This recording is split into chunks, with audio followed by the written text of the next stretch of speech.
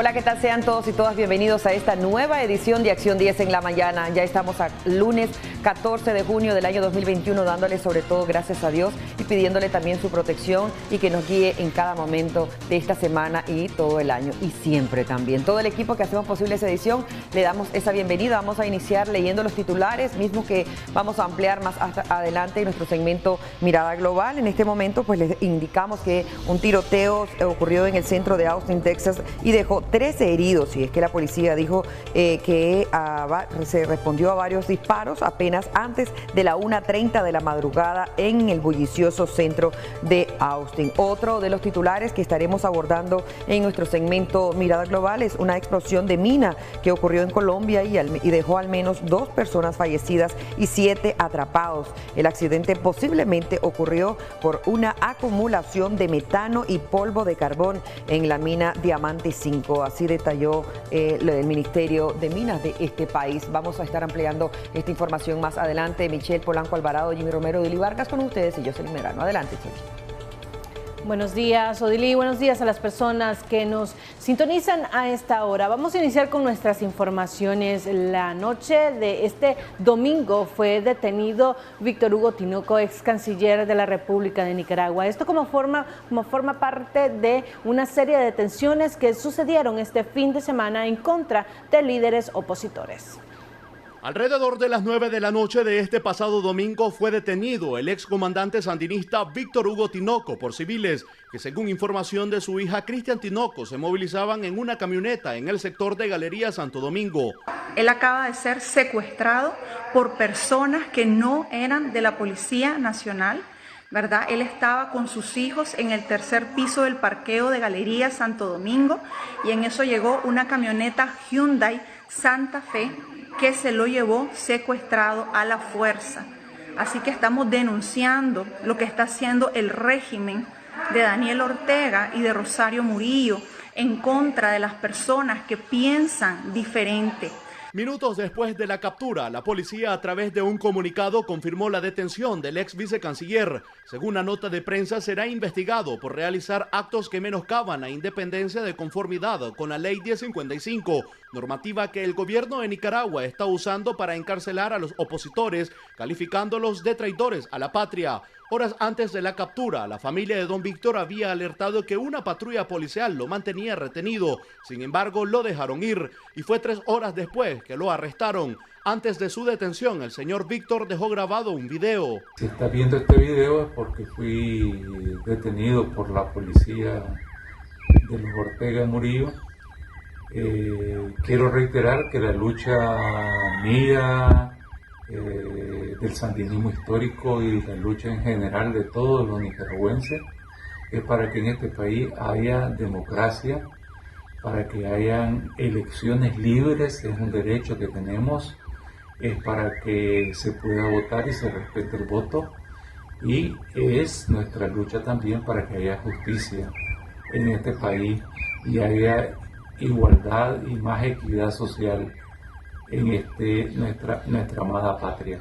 Tras la detención del 5º integrante de la Unión Democrática Renovadora UNAMOS, esta organización política emitió un comunicado en el que dice lo siguiente: denunciamos este nuevo acto ejecutado en pocas horas contra nuestro partido en el marco de la frenética escalada represiva del orteguismo. UNAMOS reitera que se mantiene firme en la lucha por la democracia y una Nicaragua con paz y justicia. Exigimos el respeto a la integridad física de Suyén Barahona, Dora María Telles, Ana Margarita Vigil, Tamara Dávila, Hugo Torres y Víctor Hugo Tinoco y todas las presas y presos políticos secuestrados por el régimen, decía el comunicado emitido por la Unión Democrática Renovadora UNAMOS. En Acción 10, Ronald Rodríguez Solís.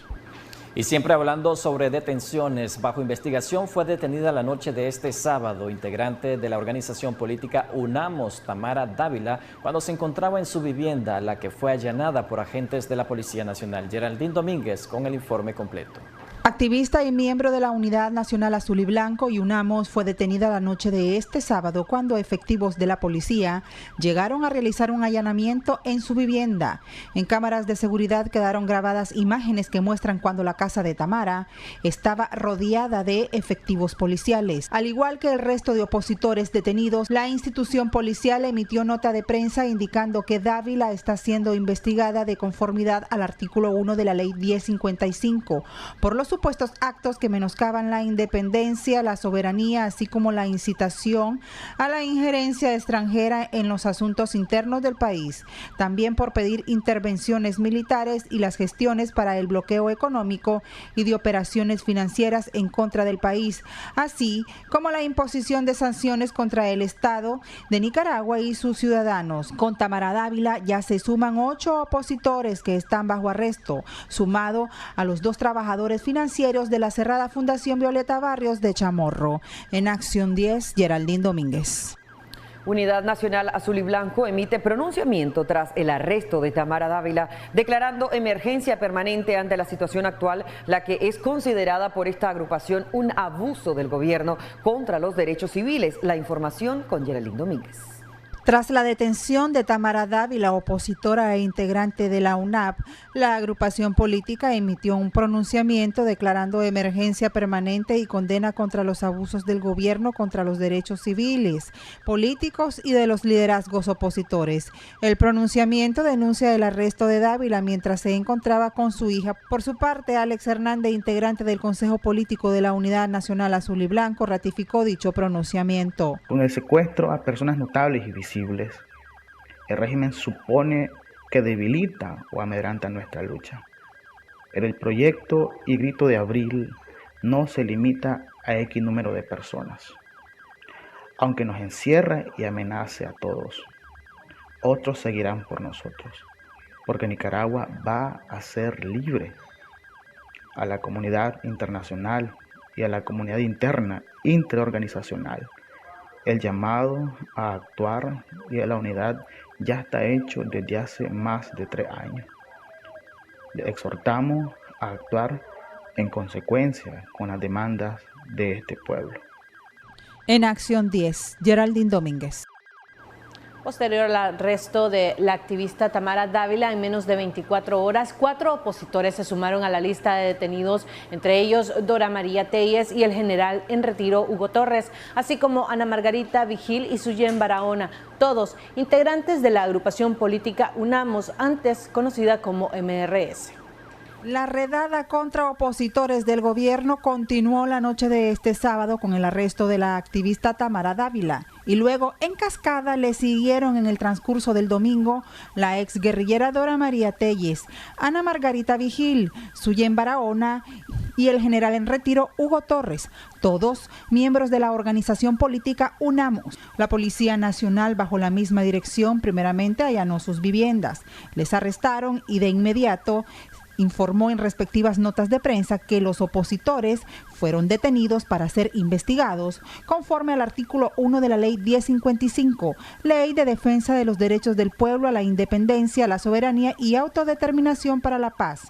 3 de los miembros de UNAP, antes de ser detenidos, dejaron sus mensajes a través de videos. El general en retiro Hugo Torres destacó en su mensaje que paradójicamente hace 46 años la persona que ayudó a liberar sea hoy su captor. Tengo 73 años de edad, nunca pensé que en esta etapa de mi vida iba a estar luchando de forma cívica y pacífica contra una nueva dictadura. Hace 46 años arriesgué la vida para sacar de la cárcel a Daniel Ortega y a otros compañeros presos políticos. Y en 1978 volví a arriesgarla junto con Dora María Telles y otros compañeros para liberar a aproximadamente 60 presos políticos, entre ellos Tomás Borges, Doris Tijerino, René Núñez y otros. Pero así es la vida, así son las vueltas de la vida, y los que una vez acogieron principios en favor de la justicia, en favor de la libertad, hoy los han traicionado, hoy son sus principales enemigos de esos principios. Por su parte, Ana Margarita Vigil y Suyen Barahona con firmeza instaron a continuar en la lucha por la libertad de Nicaragua. Quiero dejarlo dicho, lo que ya he dicho en otros momentos, seguimos en la lucha. Esto es parte del proceso para salir de Daniel Ortega. Aquí nadie se raja, Daniel Ortega se va. Yo les hago el llamado a mantener la esperanza, a mantener la movilización, a que la indignación se vuelva en acción y a que logremos la libertad de todos, de Nicaragua. Hasta la tarde de este domingo ya suman 12 opositores detenidos bajo investigación. En Acción 10, Geraldine Domínguez.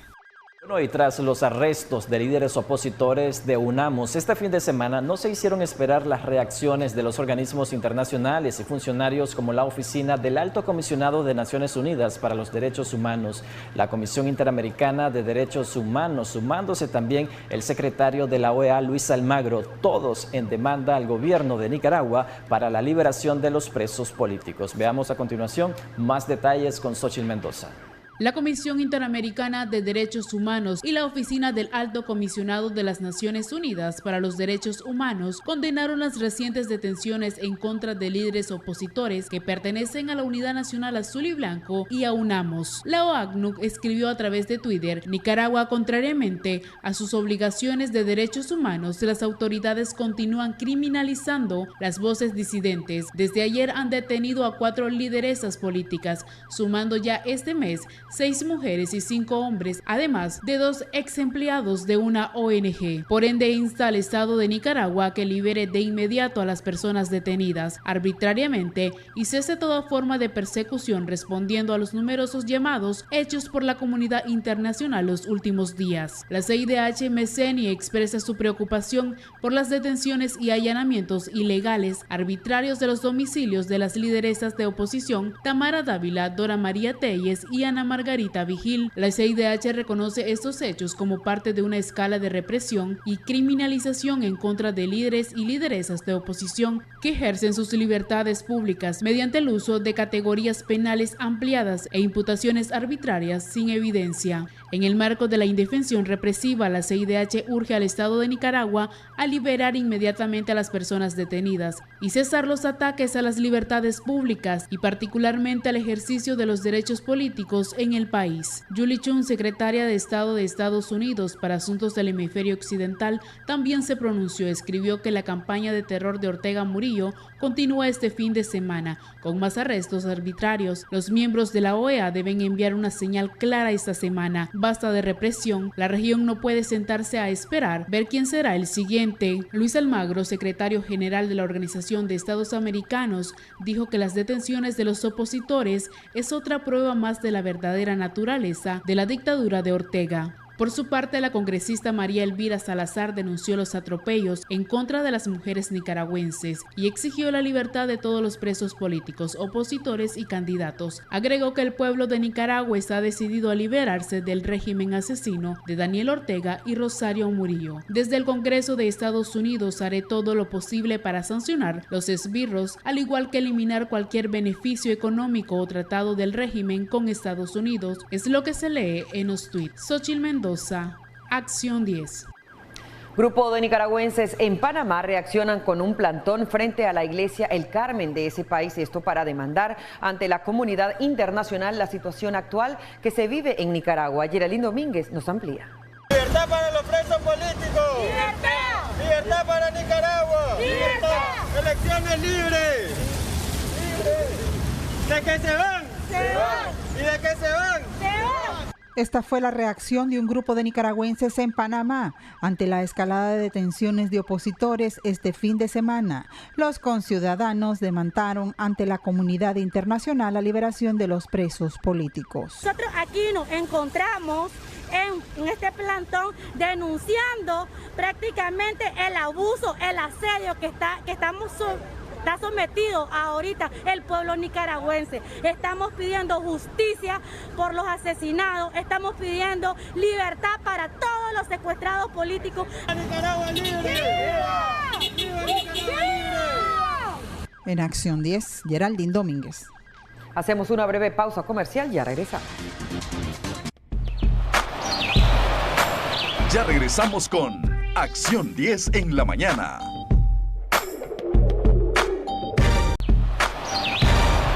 Continuamos con Acción 10 en la mañana.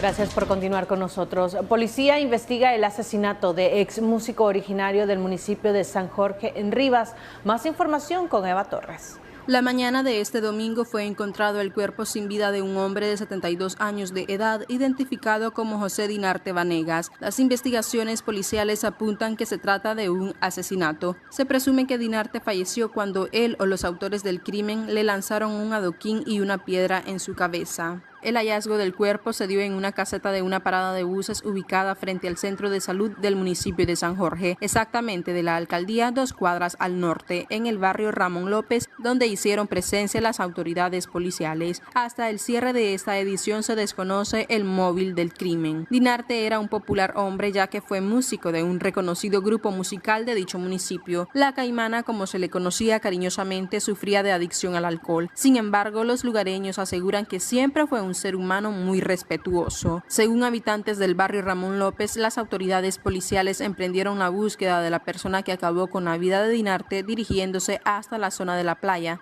donde al parecer se encontraban otros bebedores consuetudinarios. Eva Torres, a Acción 10. En más información, ciudadano de Rivas muere atropellado por un microbús cuando a bordo de su bicicleta circulaba en la carretera del municipio de Potosí en Rivas. Eva Torres con el detalle completo.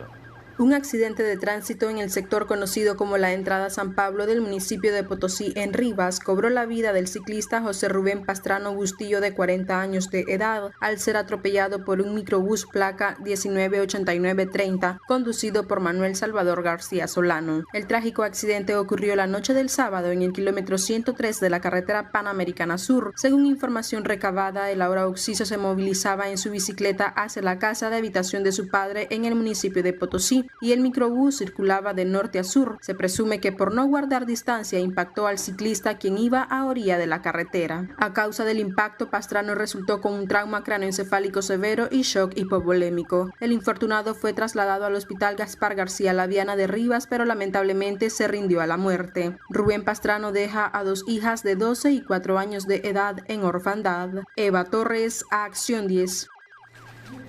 Seguimos con más informaciones. Conductor de 68 años de edad se precipita a un cauce ubicado en la pista suburbana luego de perder el control del volante por la ponchadura aparentemente de una llanta. La ampliación de este accidente con Xochitl Mendoza.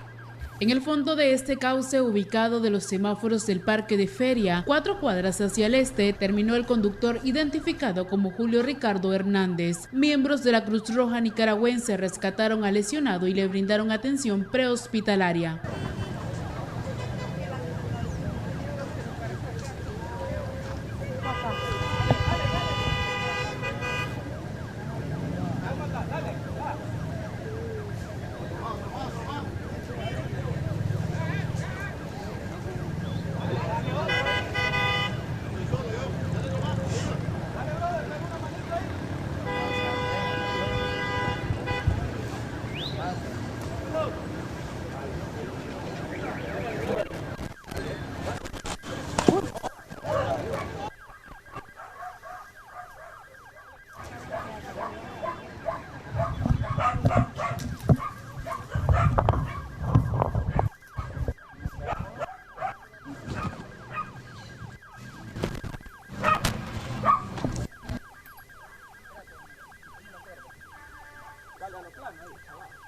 Él refiere que es un trauma lumbar lo que presenta, y por la característica del tipo de volcamiento podría haber algo a nivel cervical.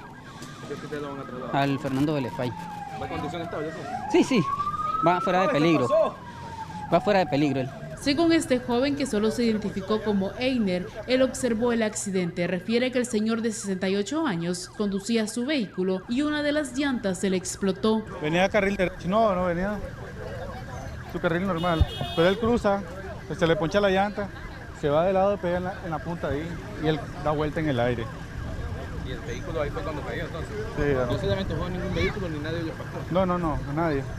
Solo pegó la punta y dio vuelta en el aire. Sí, agentes de la Policía Nacional trataron de realizar la prueba de alcoholemia, pero no tuvieron éxito.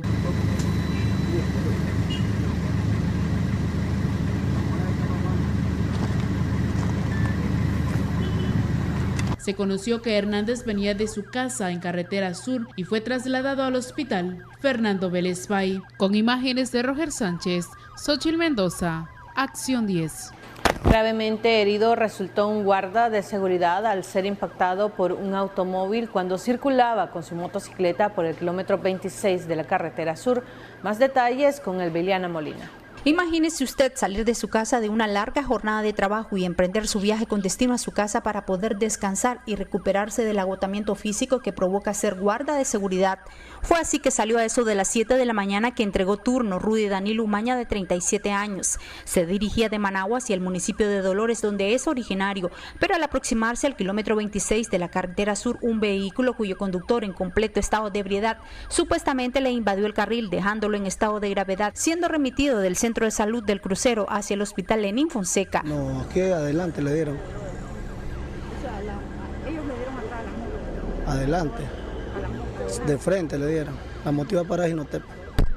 Así dicen, pues. Debe andar tomado, ese hombre, porque está acostado, está tomado. Los del carro no han tomado. Sí. ¿Cuántas personas viajaban en ese carro? Los dos que están atrás. Y pues que si toma que no manejen, porque es peligroso. No se matan ellos, más bien le hacen daño a la gente. Y tomado, porque ya el hombre venía de su trabajo para que le pasara eso. Tener responsabilidad, porque imagínate, se desgració en el muchacho de la moto, por irresponsabilidad. ¿Qué es lo que presumen ustedes que haya sido? El estado de ebriedad que trae el del carro. A pesar de hacer uso correcto del casco, el motociclista sufrió lesiones por completo en todo su cuerpo, pero quien corrió con mucha suerte fue Carlos y su acompañante, quienes estaban en el asiento trasero del vehículo. Querían bajar del carro, pero los agentes de tránsito les solicitaban que subieran mientras realizaban la reconstrucción del accidente y lo trasladaran a la estación policial, continuando con el proceso investigativo de ser señalado de conducir en exceso de velocidad y estado de embriaguez. Por último, el mundo tiene un papel que desempeñar en la promoción de la seguridad vial y la adopción de medidas para evitar los millones de muertes innecesarias por accidentes de tránsito que se producen durante todos los días sin que el conductor haga conciencia. Elviliana Molina, en Acción 10. Cambiamos totalmente de tema. Un aparente cortocircuito fue la causa de un incendio que dejó reducidas cenizas a una vivienda deshabitada en el barrio Los Martínez. Xochitl Mendoza con la información completa.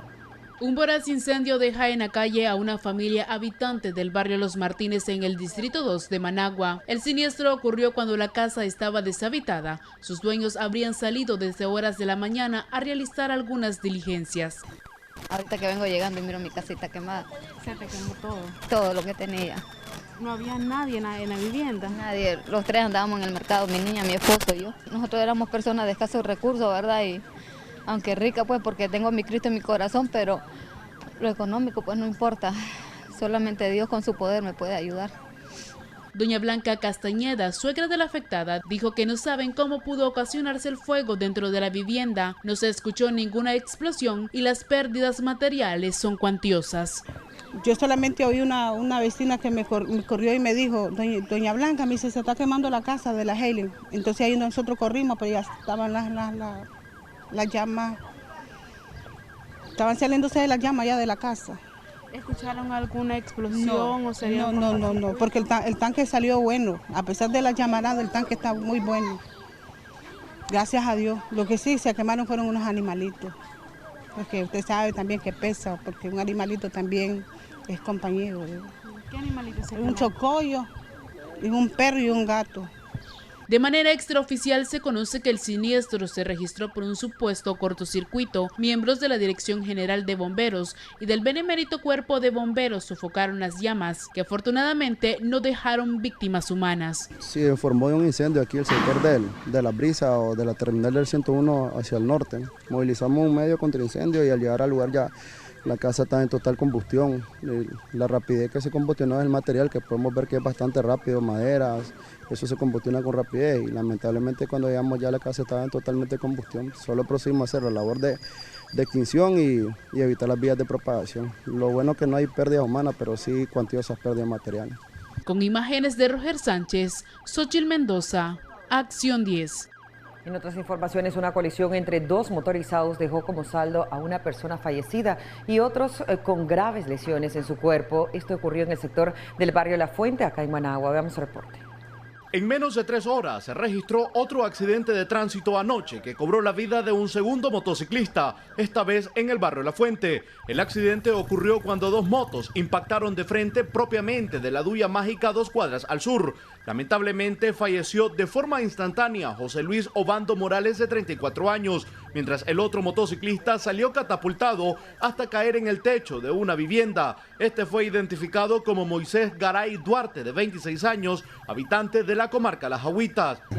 El otro involucrado iba gravemente lesionado, pues iba herido, se lo llevó la ambulancia. El otro involucrado que está allá, pues lamentablemente falleció. El impacto del otro motorizado fue a caer a un bajarete. Sí, así fue. Y si ustedes pueden ver, están las partes de motos esparcidas en la calle. Fue un impacto serio, grave, duro. De manera extraoficial se conoció que la víctima mortal era habitante del barrio La Morita, distrito 5 de Managua. La policía del complejo Ayac Delgado se movilizó al lugar para realizar las investigaciones correspondientes, mientras el cuerpo de José Luis sería trasladado a medicina legal. Con imágenes de José Ángel Díaz, en Acción 10, Ronald Rodríguez Solís. Un hombre de 36 años de edad que conducía una motocicleta murió al impactar con un peatón. Ronald Rodríguez nos continúa informando. La noche de este viernes 11 de junio perdió la vida el motociclista Marvin Javier López Porras, de 36 años, tras atropellar a un peatón en el sector conocido como Valle Gotel, camino que va de Las Agüitas hacia Veracruz. La zona es muy oscura y aparentemente el ahora fallecido no observó al joven peatón que iba caminando a orillas de la calle. Lo impactó y por último se fue a estrellar contra una canaleta. El muchacho pues iba para su casa, pues el peatón. Iba de este lado y el de la moto se lo pasó llevando, y entonces,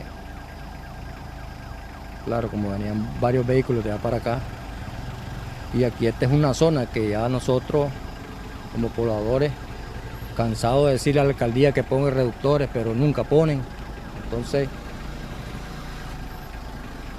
iba a una velocidad demasiado pues excesiva, más que una bajada, y hay una curva, y el muchacho pues cayó a este lado, y donde fue el de la moto, pues según la versión del muchacho, empezó a dar vueltas, y cuando nosotros venimos a asomarlo, pues ya estaba el muchacho sin vida. La policía de Nindirí se movilizó al sitio para realizar las investigaciones correspondientes y determinar cómo se originó el fatal suceso que deja luto y dolor en una familia. El cuerpo sería trasladado a medicina legal para realizar la autopsia y así determinar las causas de su deceso. Con imágenes de José Ángel Díaz, en Acción 10, Ronald Rodríguez Solís. Muchas gracias, Ronald Rodríguez Solís, por esa información. Ahora escuche bien, entre la vida y la muerte permanece una menor de 2 años de edad luego que un bus pasara por su pequeño cuerpo. Los detalles de esta información con Geraldine Domínguez.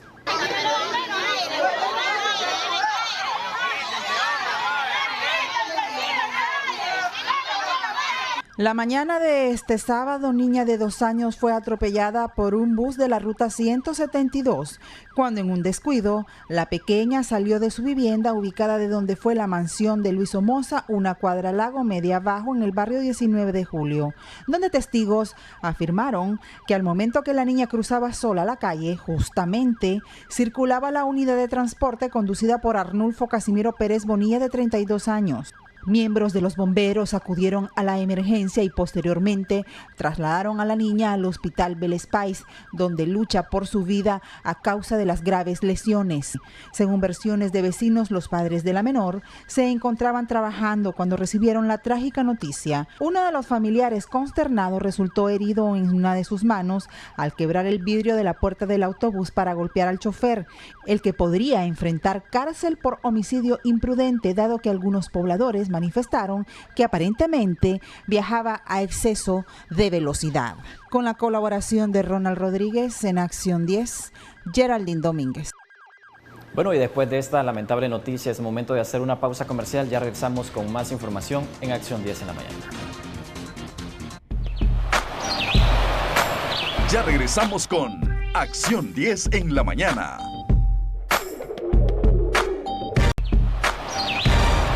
Continúa. Continuamos con Acción 10 en la mañana.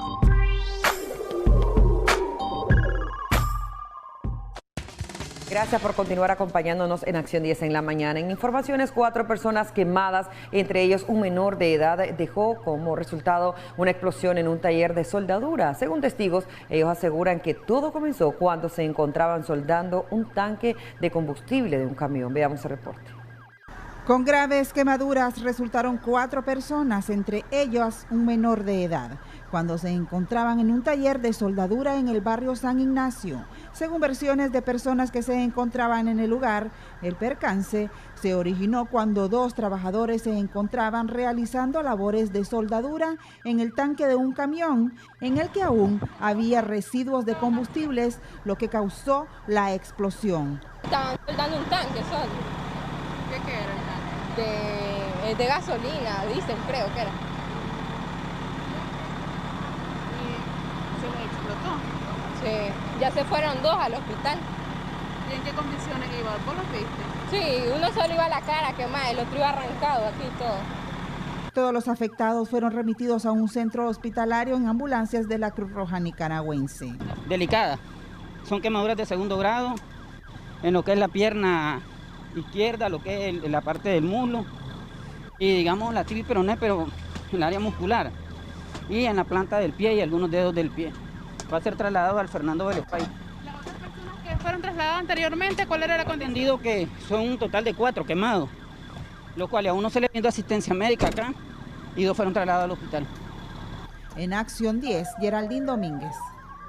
Cerca de Matiguás y Río Blanco, un choque entre un carro y un camión dejó como saldo varias personas en estado grave. David Mendoza estuvo en el lugar y este es su reporte.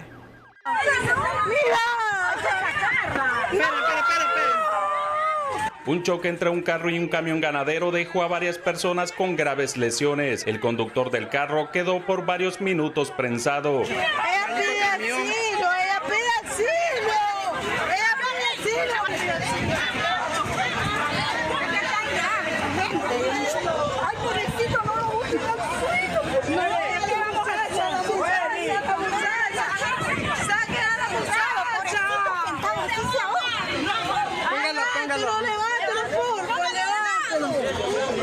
El accidente se registró cerca del puente de Bulbul, casi a 1 kilómetro de la ciudad de Matiguás, carretera Río Blanco. Los lesionados son originarios de Mulucucú y fueron llevados en vehículos particulares a un centro asistencial, mientras al lugar del accidente llegó la policía para realizar sus debidas investigaciones y así determinar la culpabilidad. Les informó David Mendoza.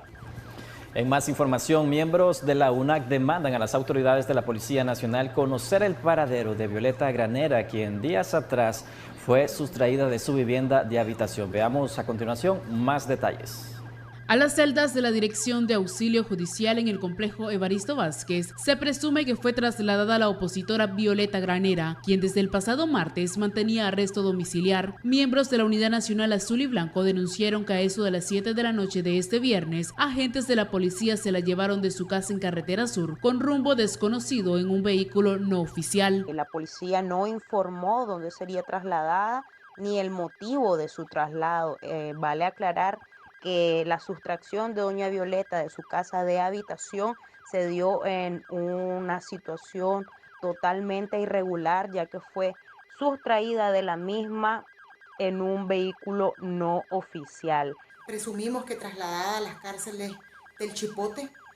En este momento, Violeta Granera, lideresa de las causas sociales desde hace muchísimos años y una guía y líder por la justicia y la democracia en este país. Desde la Unidad Nacional exigimos su integridad física, exigimos su liberación y la liberación de cada uno de los presos y las presas políticas que están injustamente secuestrados por esta dictadura criminal.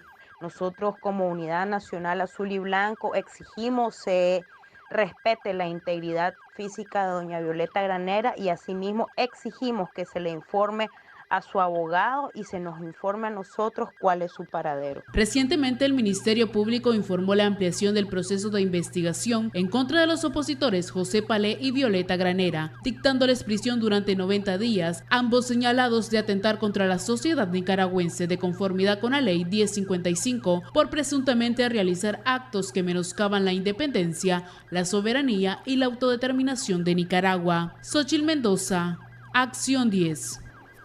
Y el gobierno de Nicaragua levanta sigilo bancario y restricción migratoria en contra de miembros de la Junta Directiva de la Fundación Nicaragüense para el Desarrollo Económico y Social, FUNIDES. La ampliación de este reporte lo tiene a cargo Xochitl Mendoza.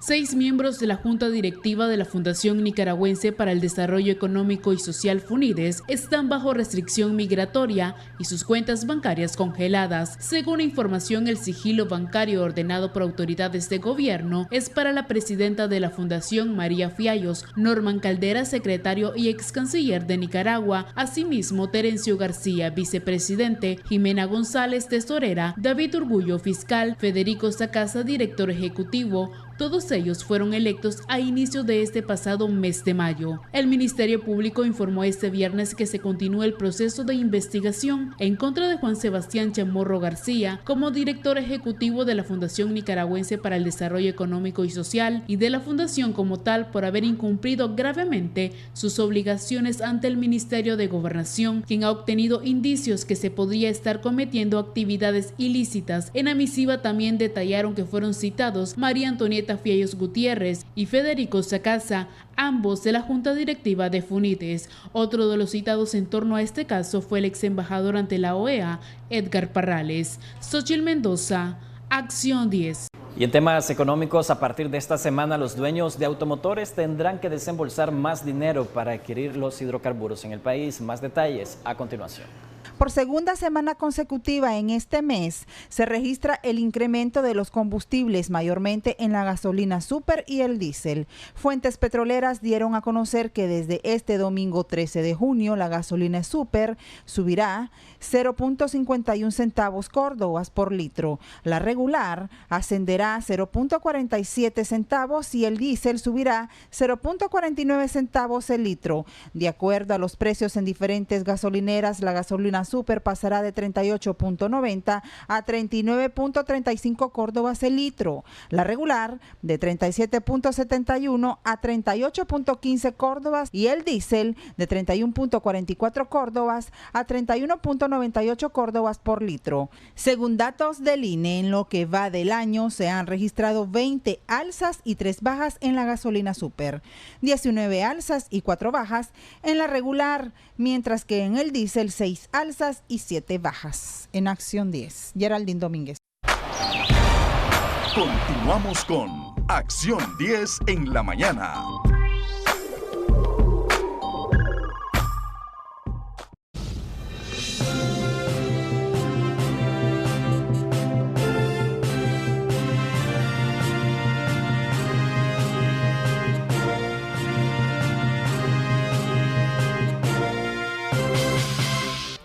Qué bueno que pueda continuar con nosotros aquí en Acción 10 en la mañana. Damos inicio a nuestro segmento Debates y Soluciones, en donde estaremos hablando acerca de este proceso de investigación que ha iniciado el Ministerio Público junto a la Policía Nacional en contra de diversos opositores. Hemos visto y presenciado cómo este fin de semana fueron detenidos y arrestados diversos opositores de principalmente el movimiento Unamos Antes MRS. Para hablar de ese tema ya tenemos a nuestro invitado del día de hoy, Jimmy Romero. Así es, Michelle, ya nos acompaña el señor Edgar Parrales, ex diplomático y también analista político, para hablarnos precisamente sobre estos temas y también sobre la citatoria a que él fue llamado por el Ministerio Público, precisamente por hacer fuertes críticas al gobierno de Nicaragua y sobre hablar sobre el tema de las sanciones que han venido demandando diferentes especialistas, entre ellos usted, don Edgar. Tal vez nos comentaba un poco cómo sigue su caso y cuál es la situación legal que usted se encuentra actualmente. Bueno, mira, no tengo ningún problema. Yo fui citado por la Fiscalía para hablar sobre el caso de Juan Sebastián Chamorro. Eso decía la citatoria, ¿verdad? Llegué allá, entonces empezaron preguntándome mi relación con Juan Sebastián. Yo dije que ninguna, que yo lo conocía, pero que no tenían ninguna relación. De ahí pasaron a preguntarme también sobre mi relación con Funides, y dije que la única relación que tenía era haber asistido, como todo el mundo, a las exposiciones que hacían en el Hotel Intercontinental Metrocentro cada 6 meses sobre la situación económica de Nicaragua. Me preguntaron después que qué tenía que ver con la Fundación Violeta Vargas de Chamorro. Les dije que ninguna, que nunca había tenido ninguna. Me preguntaron cuáles eran mis capacitaciones, pues dije en breves palabras, todas mis capacitaciones de campo jurídico, porque tengo otras en filosofía y en teología. Pero bueno, ya les dije entonces un momento a Don, ¿y quién le financió sus estudios? Pero le dije, a mí nunca, nadie en ningún momento me ha financiado ni me ha dado beca para ninguno de mis estudios. Todos, cuando yo era adolescente, me los pagaban mis padres. Y ya adulto, los he pagado yo. O sea que nunca he recibido un centavo de nadie, ¿ya? De ahí pasaron rápidamente a lo que en el fondo creo que era la razón verdadera por la cual me citaban. De mis comparecencias, mis entrevistas en los medios televisivos, ¿verdad? Y radiales. Entonces me preguntaron por eso, que cómo procedía. Bueno, le digo, me invitan, me dicen que si puedo llegar, digo que sí, y yo pregunto cuál es el tema, me dicen el tema, llego y desarrollamos y hablamos sobre el tema, ¿verdad? ¿Y quiénes son los que están con ustedes? Bueno, los presentadores del canal. Si el canal 10, los del canal 10, si el del canal 14, los del canal 14, si era lo del 12, los del 12 cuando me invitan, porque después de que el canal ha sido siendo sometido a juicio ya no invitan, ¿verdad? Bueno, y por lo demás, los noticieros vienen a mi casa a entrevistarme para noticias así de esas breves de pocos minutos. Entonces me preguntaron que si yo conocía a los directores de los medios. No, nunca he conocido a ningún director de medios. A los que conozco son los presentadores, que es con los que me relaciono y que me invitan, ¿verdad? Bueno, me preguntaron también que si recibía paga. No, nunca nadie me ha pagado. Cuando me invitan es de una forma gratuita, de una forma espontánea, pues, como una colaboración de presentarme. A mí nunca nadie me ha pagado nada.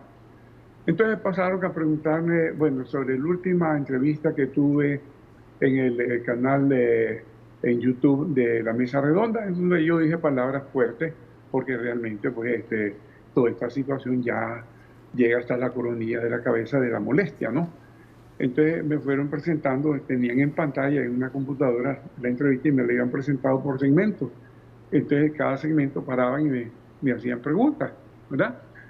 En todo caso, pues todo está en base, digamos, en el fondo, en base a la ley de la legalidad, la ley 1055, que habla sobre, que penaliza, ¿verdad?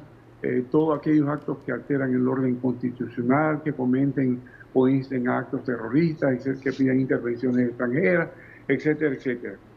Entonces me preguntaban me decían que yo había aprobado las sanciones contra mí. No, le digo. Una cosa es aprobar y otra cosa es constatar lo que la comunidad internacional establece o dice, ¿ya? Yo lo que hago es, el Departamento de Estado dice que va a sancionar así, así. La Unión Europea dice que va a sancionar así, así. La OEA dice que va a sancionar de tal manera. Pero su opinión, no es que yo no doy mi opinión, yo simplemente comento lo que dicen estas instancias, ¿verdad? Pero eso no es ni aprobar, ni estar de acuerdo o no de acuerdo, es simplemente constatar, ¿ya? Y ahí quedó pues la cosa, ya se terminó todo, ya me vine, no sé si no me dijeron que me iban a volver a llamar ni que había nada pendiente, y pues eso fue todo realmente, ¿verdad? Si a ellos se les ocurra más adelante llamarme, pues no lo sé realmente. No quedó eso establecido ni previsto. Así que esa pues es la situación con relación a mi comparecencia en la Fiscalía. Don Edgar, ¿usted asistió en calidad de testigo y si se le permitió asistir con un abogado a esta entrevista?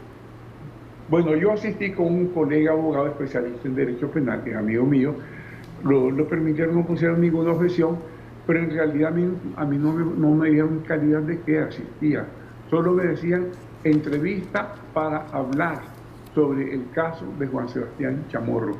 No me decían ni como testigo, ni como indiciado, ni como nada, para hablar o comentar sobre el caso de Juan Sebastián Chamorro. Eso decía la citatoria, ¿ya?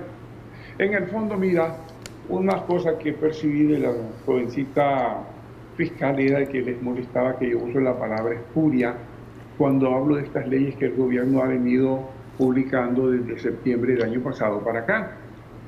No hubo mucho tiempo de explicarle porque pues no convenía entrar en polémica con ellos porque no tenía sentido en ese momento, pero pues quiero explicarlo para el público en general.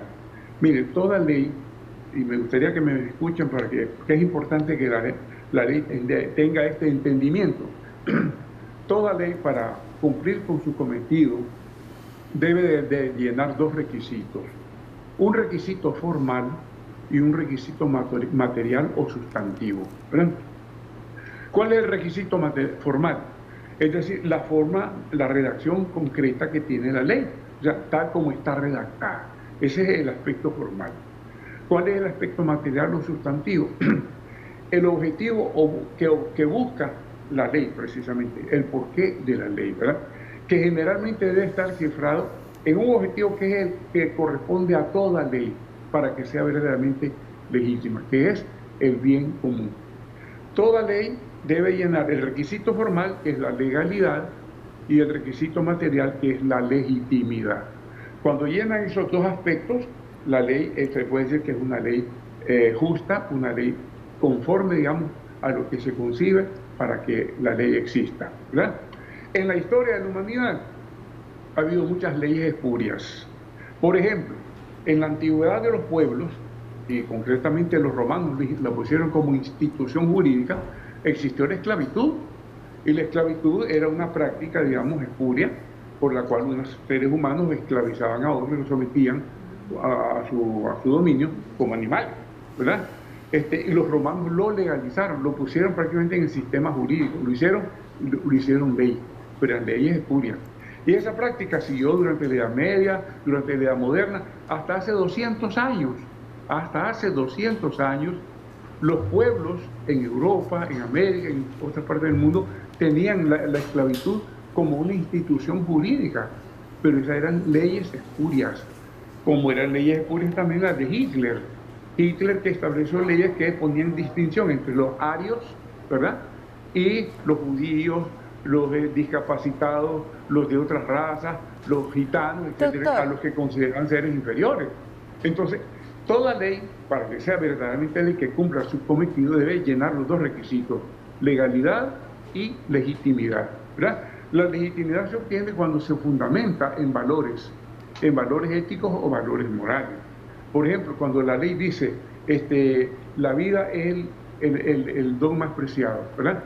La ley está consagrando el valor ético de la vida como un principio jurídico, ¿verdad? Doctor, a propósito... Sí, dime.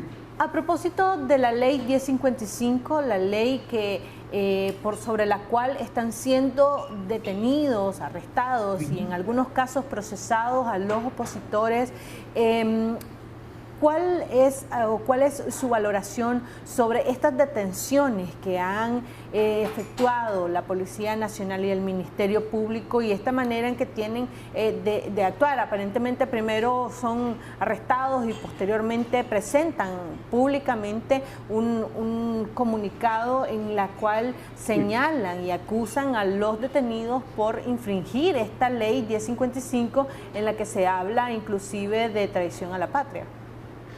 Bueno, mira, yo precisamente coincidí con la fiscal cuando estaba en la comparecencia de un aspecto cierto.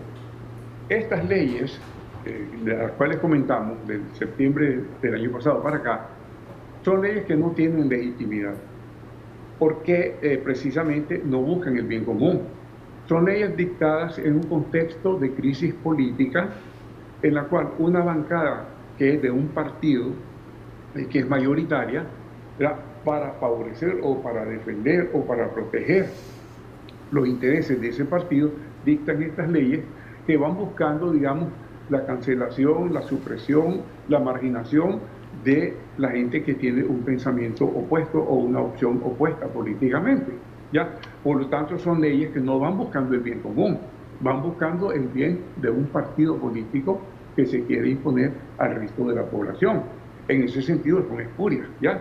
Pero me dice, pero es que, virgen, yo sé, dije yo, porque precisamente si la Corte Suprema de Justicia hubiera hecho su trabajo, que era contestar a los recursos por inconstitucionalidad que se le plantearon contra estas leyes, y hubiera tenido que dictar que eran ilegítimas, que eran, digamos, leyes inconstitucionales, estas leyes no tendrían vigencia.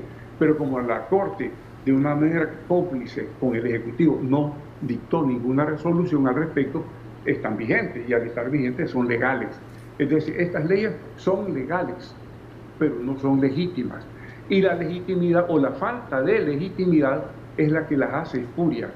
Por ejemplo, yo me fui al diccionario de la lengua española en su 23ª edición y busqué la palabra espuria. Dice, uno, dice bastardo, que degenera de su origen o naturaleza. Dos, dice falso, fingido. De ahí me fui al diccionario de las ciencias jurídicas, políticas y sociales del maestro Manuel Osorio, un referente en el campo del derecho, ¿verdad? Que a él solamente puso hijo bastardo o ilegítimo.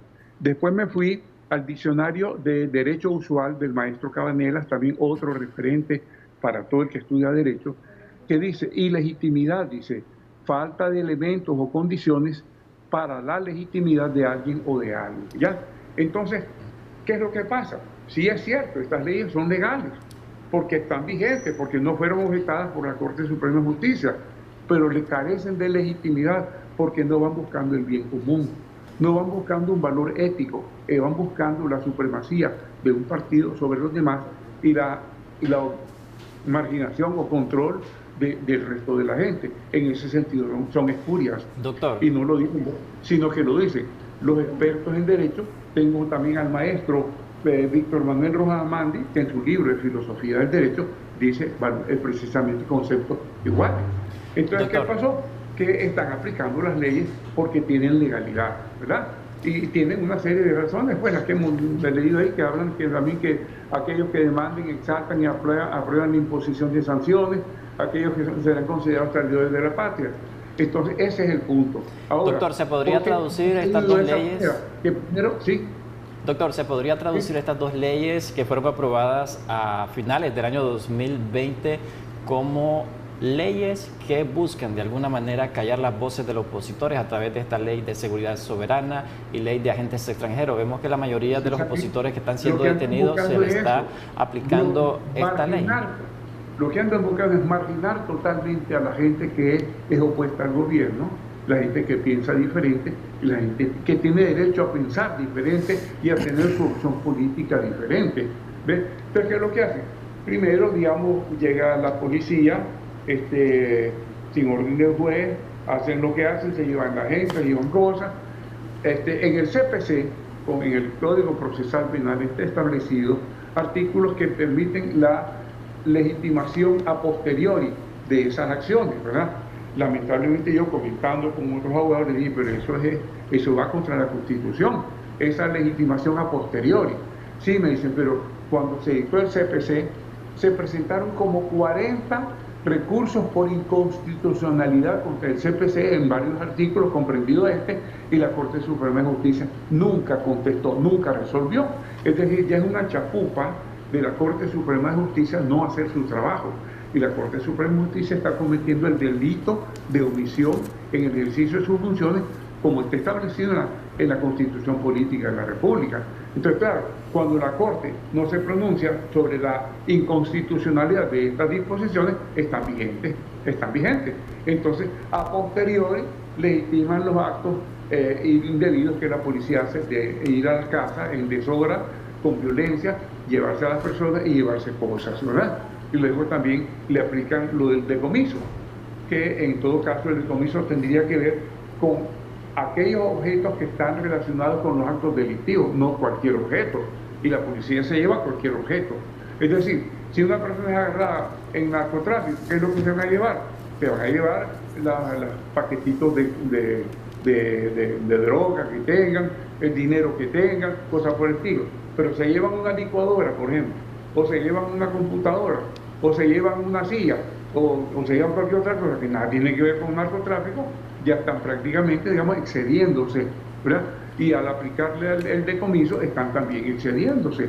Lamentablemente, estas disposiciones han sido objeto de recursos de inconstitucionalidad y no han sido resueltos nunca, ¿ya? Entonces estamos en una situación prácticamente en la que se impone por la fuerza todo un aparato estatal, ¿verdad?, que está coludido y que está todo al servicio del Ejecutivo, porque todos los órganos están al servicio y independencia del Ejecutivo, están dictando leyes que no cumplen con las características que debe cumplir toda ley, que es requisito formal y requisito material, y que todo está definitivamente orientado para proteger los intereses de un partido que domina al país. Eso es todo. Doctor, llama poderosamente la atención que este fin de semana se han ensañado en contra de sandinistas históricos, sandinistas que estuvieron durante distintos hechos históricos para derrocar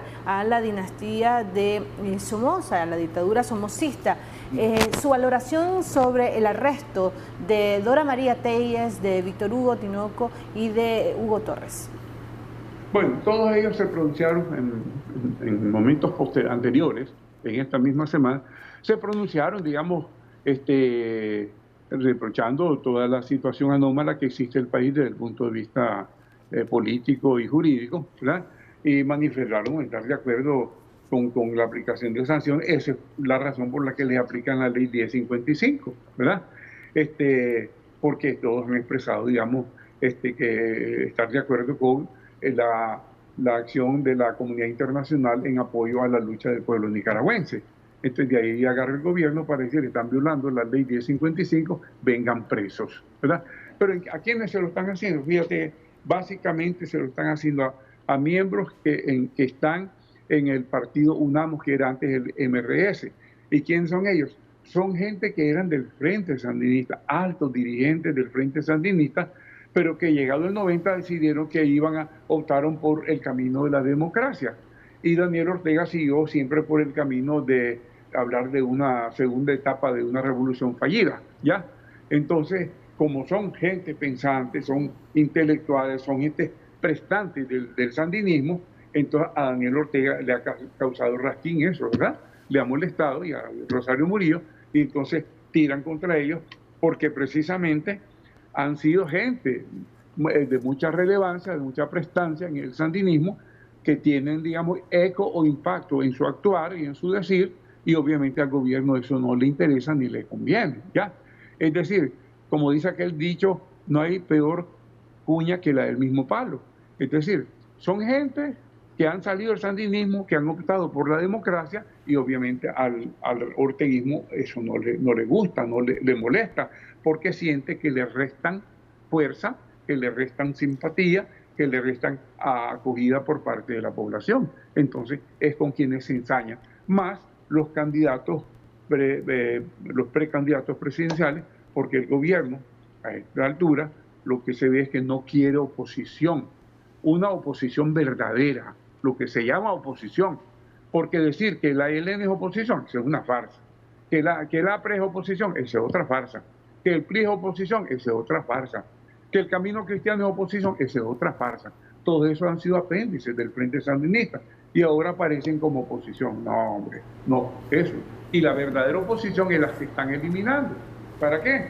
Dan las elecciones, unas elecciones en base a fraude, aparecen estos otros como oposición, estos otros de los que estoy hablando, entonces salen los resultados a favor del Frente Sandinista, además con el fenómeno que la gente se desanima por esta situación y no va a votar, entonces el Frente tiene una mayoría relativa, gana, entonces dicen, aquí tuvimos un proceso electoral limpio, transparente, con oposición, dicen, ¿verdad? Y por lo tanto tenemos que ser reconocidos como un gobierno legítimo, lo cual es toda una farsa, porque ni tienen oposición verdadera, Y si no han hecho la reforma a la ley electoral que debían haber hecho, entonces definitivamente nos vamos a ver en un proceso, digamos, de unas elecciones fraudulentas que nadie va a aceptar. Doctor, ante el control que tiene el presidente Ortega sobre los poderes del Estado, ¿qué le queda a la oposición?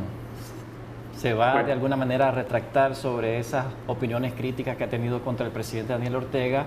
¿O qué le queda? Porque hemos visto ya detenciones de varios precandidatos presidenciales de opositores que son fuertes críticos al presidente Ortega. Entonces, la opción del resto es callar o seguir presionando al presidente Ortega para demandar elecciones libres, justas y transparentes. Mira, retractarse sería una vergüenza. Retractarse sería un acto de debilidad. Porque la gente que tiene convicciones, la gente que tiene valores, lucha por sus valores y por sus convicciones hasta el final, ¿verdad? Los que no han sido apresados o no han sido detenidos, si son gente de valor, seguirán. Si son gente de valores y de convicciones, seguirán en la lucha. Porque no se lucha solamente cuando se tiene ventaja o cuando se tiene mayoría. En la historia de la humanidad muchas veces se ha luchado en desventaja, en minoría, y se logra, digamos, obtener el resultado de la lucha. Yo pongo el ejemplo de Jesucristo. ¿Cómo comenzó Jesucristo? Comenzó con 12 hombres que eran todos un montón de ignorantes, un montón de gente sencilla, pero el mensaje de Jesucristo tiene una fuerza por sí mismo, un impacto, una fuerza, un dominio que fue cautivando al mundo entero y llegó a convertirse, digamos, el mensaje más aceptado en el mundo por la humanidad y a tener un impacto en cuanto a, digamos, a los valores que imprime en la humanidad, que han prácticamente dado la tónica de la marcha de la humanidad, ¿ya? Eso por ponerte ese ejemplo. ¿Cuántos otros casos ha habido gente? El mismo Frente Sandinista. El Frente Sandinista empezó con 4 personas, pocas personas, clandestinas, huyendo, escondiéndose, pero tenían una convicción y lucharon por su convicción y fueron poco a poco creciendo, desarrollándose, fortaleciéndose, hasta que logran, digamos, obtener el beneplácito del pueblo y hacen la lucha de la insurrección del 78-79, ¿ya? Pero empezaron como una minoría absoluta, tenían convicción, ¿ya? Entonces, tener convicción es lo que fundamenta, digamos, el espíritu de lucha de cualquiera en cualquier cosa. Inclusive, cuando uno se labra metas en la vida. Yo he conocido, por ejemplo, tanta gente pobre, humilde, que no tiene ningún recurso a su favor o en su poder, que tiene aspiración, por ejemplo, de labrarse una carrera académica, y los veo que luchan contra viento y marea, teniendo problemas de alimentación, problemas de salud, problemas de transportación, problemas de todo tipo, y luchan y van adelante y sigan y triunfan en la vida en condiciones de adversidad. ¿Pero por qué triunfan? Porque tenían una convicción, porque tenían un espíritu de lucha. Así es todo en la vida. El que no lucha no obtiene el objetivo de su meta, ¿verdad?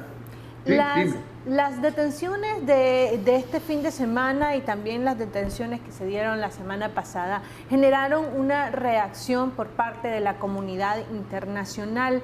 ¿Qué se va a esperar o qué podríamos esperar en esta reunión de la Organización de Estados Americanos que está agendada para el día de mañana, martes 15, y que fue solicitada de emergencia?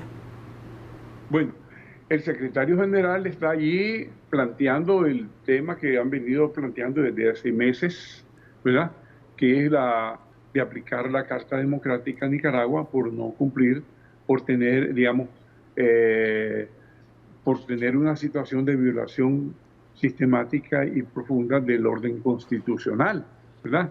No lo han aprobado antes porque no han tenido los votos, no sé ahora si los tengan, no sé si ya con todos los acontecimientos que se han venido desarrollando después de la Asamblea General de la OEA de octubre del año pasado, en el que le dio una exigencia a este gobierno y no las cumplió, no, pero han venido aconteciendo más bien un recrudecimiento de la represión, de las sanciones internas, de todo el bloqueo de la acción justa y libre de los ciudadanos. Puede ser que hay algunos países que habían votado ante abstención ya hayan llegado al convencimiento que no se puede tener más condescendencia con este gobierno y voten a favor de la propuesta. Habrá que esperar, no lo sé yo, no lo sé, habrá que esperar qué sucede. Si está convocando el señor a esta sesión para tocar este tema, me imagino que ya habrá hecho sus sondeos y que ya habrá llegado al convencimiento de que tienen los votos, ¿ya? Pienso, pues, porque no lo sé. Pero de todas formas el tema lo van a tratar porque ya el mundo entero ha clamado contra esta situación anómala de represión que vive nuestro país internamente. Doctor, ¿qué efecto tendría el que se aplique el artículo 21 de la Carta Democrática a nuestro país, además de, obviamente, la suspensión que vendría posteriormente? Y si realmente este ejercicio de presión contra el presidente Ortega tendrá el efecto que a los nicaragüenses, los opositores desean. Mira, no sé si vaya a tener el efecto con el señor Ortega, porque Ortega y su esposa son dos personas duras, ¿verdad? Empecinadas y dispuestas a llegar hasta el último momento de resistencia o de aguante con tal de salirse con la suya.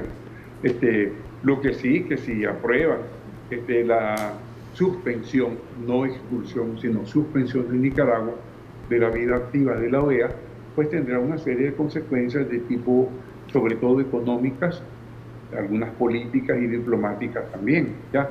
No solo a nivel multilateral, o sea, en el seno de la OEA como organización, sino también a nivel bilateral, porque países miembros de la organización, fundándose en una resolución que saque la OEA, pueden tomar medidas bilaterales en su relación con Nicaragua. ¿Verdad? No lo sé, todo es previsible, o sea, se abre como una puerta, ¿verdad? Como una caja de Pandora y salen las cosas. Muchas cosas pueden suceder, uno no lo sabe, ¿verdad? Pero la posibilidad está ahí a la orden del día. Doctor, los nicaragüenses se preguntan que si realmente se aplicará el artículo 21 de la Carta Democrática en esta sesión que habrá de este martes 15 de junio y si será antes que se aplique la Carta Democrática o después de las elecciones. Y como decía Michelle, ¿qué efecto tendrá sobre Nicaragua? No, pero si la van a aplicar sería ahorita.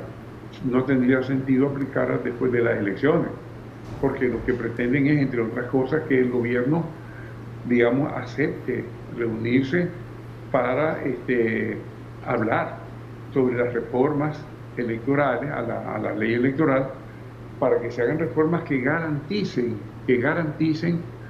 unas elecciones limpias y transparentes, ¿verdad? Confiables. Hacerlo después de las elecciones no tiene sentido. Y si están convocando a una sesión para el día de mañana, ya para ver si aplican o no aplican el artículo 21. No es para mañana, para pasado mañana, ni para dentro del mes. Ya lo van a resolver mañana, supongo yo. Pero doctor, con su experiencia, ¿cree usted que Nicaragua o el caso de Nicaragua tiene los votos necesarios para realizar o para aplicar el artículo 21, considerando que en ocasiones anteriores no se había logrado llegar ni a los 20 votos? ¿Cómo quedaría esta organización si no logra alcanzar los 24 votos necesarios para aplicar este artículo 21? Bueno, es lo que te estaba diciendo. Se necesitan 24 votos. Creo que la última vez que trataron el tema consiguieron 22 votos, ¿verdad? ¿Qué pasa? Que algunos de los países que en aquel momento se abstuvieron, o sea, votaron abstención, o sea, abstención quiere decir que ni están en favor ni están en contra, ¿ya? Puede ser que algunos de esos países, por el desarrollo de la situación de represión que ha tenido Nicaragua, de la última sesión de la OEA para acá, ¿verdad? Ya llega al convencimiento de que definitivamente ya no puede haber más consideración, más contemplación con este país y tomen la decisión de votar por el sí, de votar por que se aplique el artículo 21. Por eso te digo, yo no lo sé, pero no es nada improbable que a estas alturas ya se tengan los 24 votos. Eso se verá mañana. Con un voto simple se podría aplicar el artículo 21 de la Carta Democrática, porque recientemente tuvimos la comparecencia de Aide Castillo y ella decía que fácilmente la aplicación de este artículo podría ser efectiva solo teniendo un voto simple en el Consejo Permanente de la Organización de Estados Americanos. No, no es así. No es así.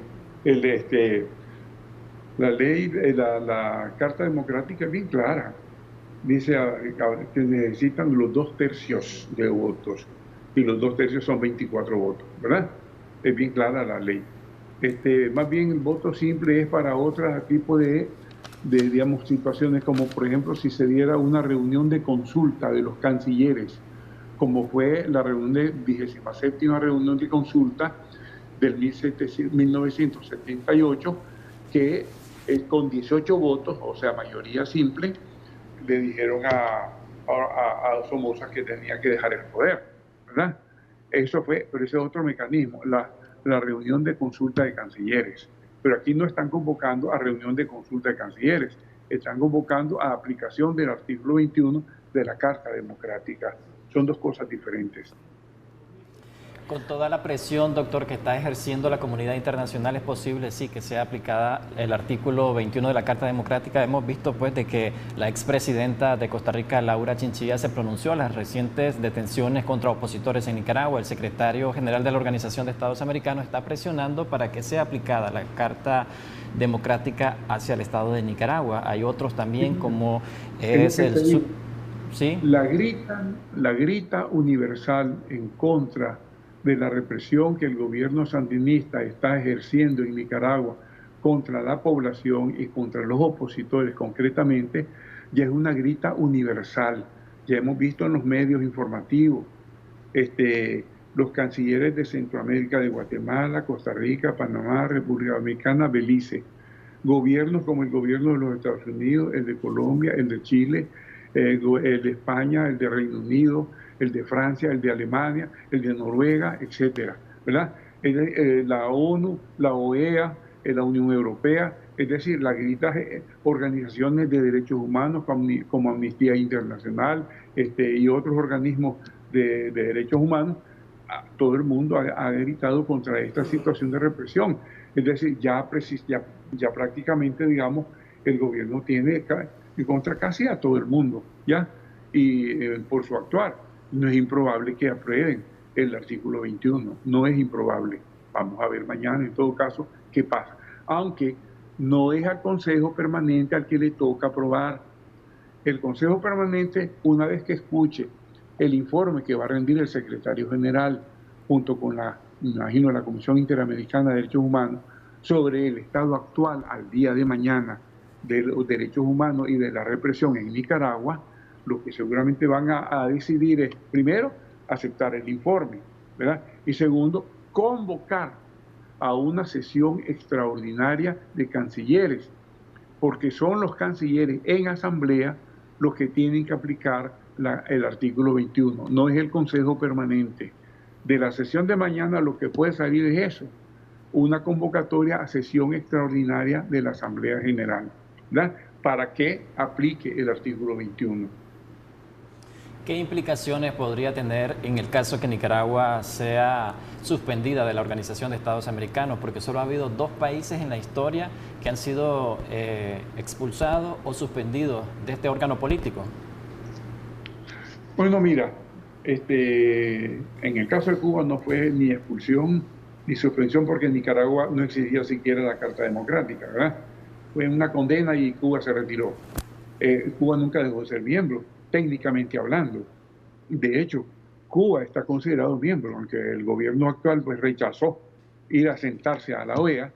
Cuba técnicamente es miembro de la OEA. Luego, respecto al otro país que fue Honduras, precisamente Honduras fue, fíjate que el caso de Honduras fue veloz, de un día para otro se aplicó la carta. ¿Por qué? Porque en Honduras estaba, digamos, siendo vejado supuestamente un gobernante de línea izquierdista, es el señor Mel Zelaya.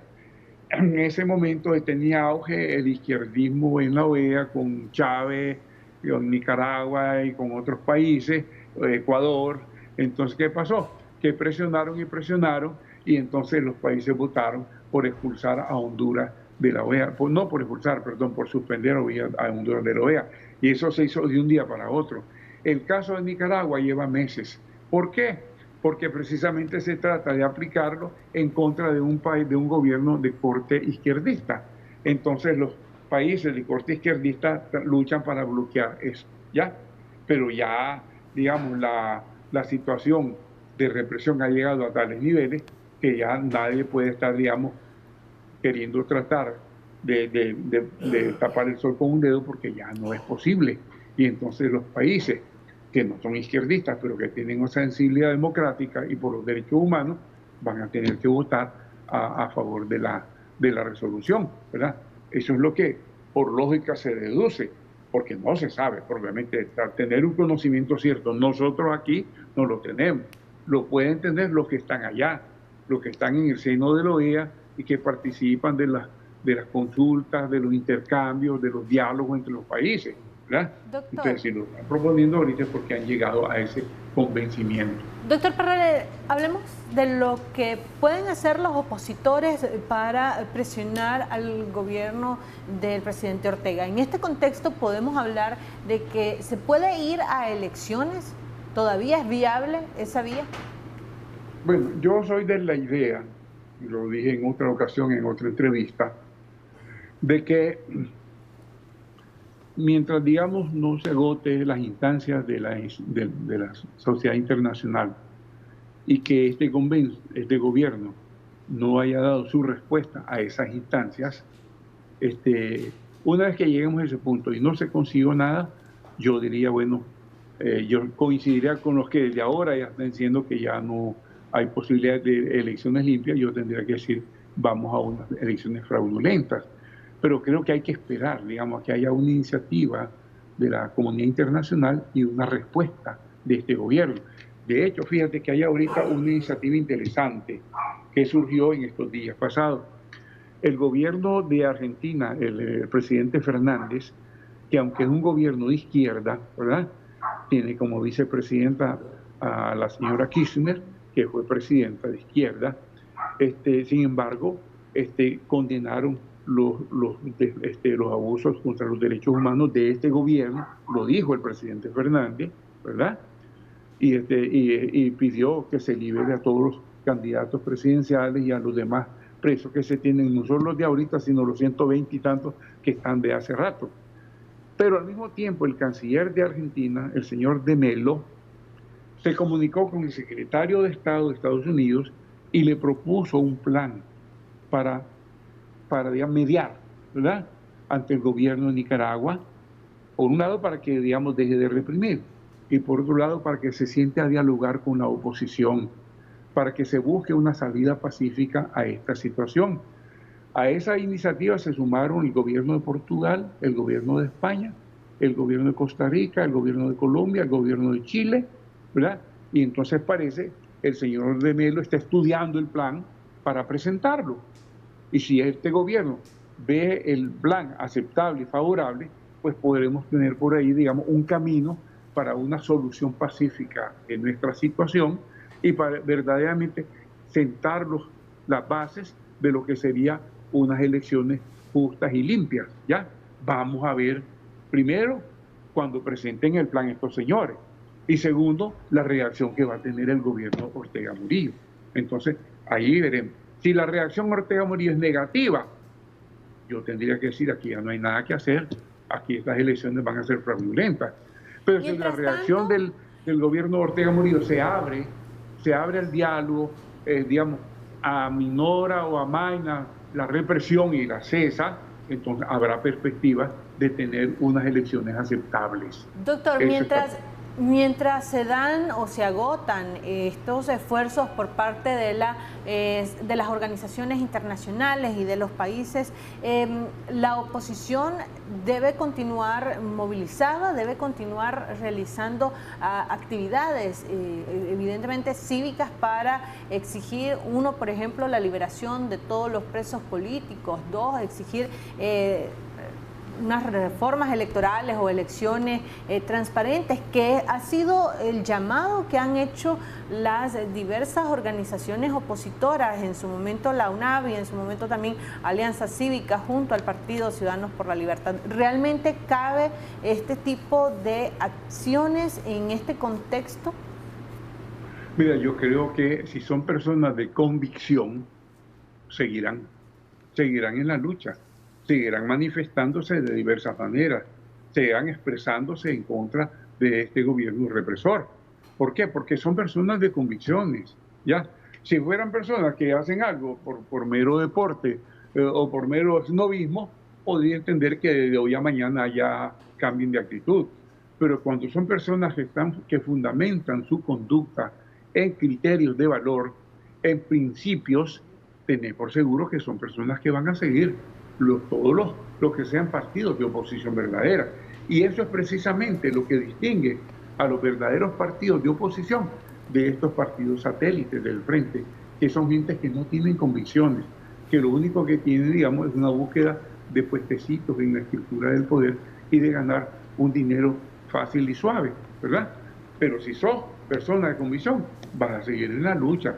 Como decía yo, toda persona que tiene un objetivo, una meta en la vida, de cualquier tipo que sea, político, profesional, social, religioso, etcétera, amoroso, no desiste hasta no conseguir su objetivo, ¿ya?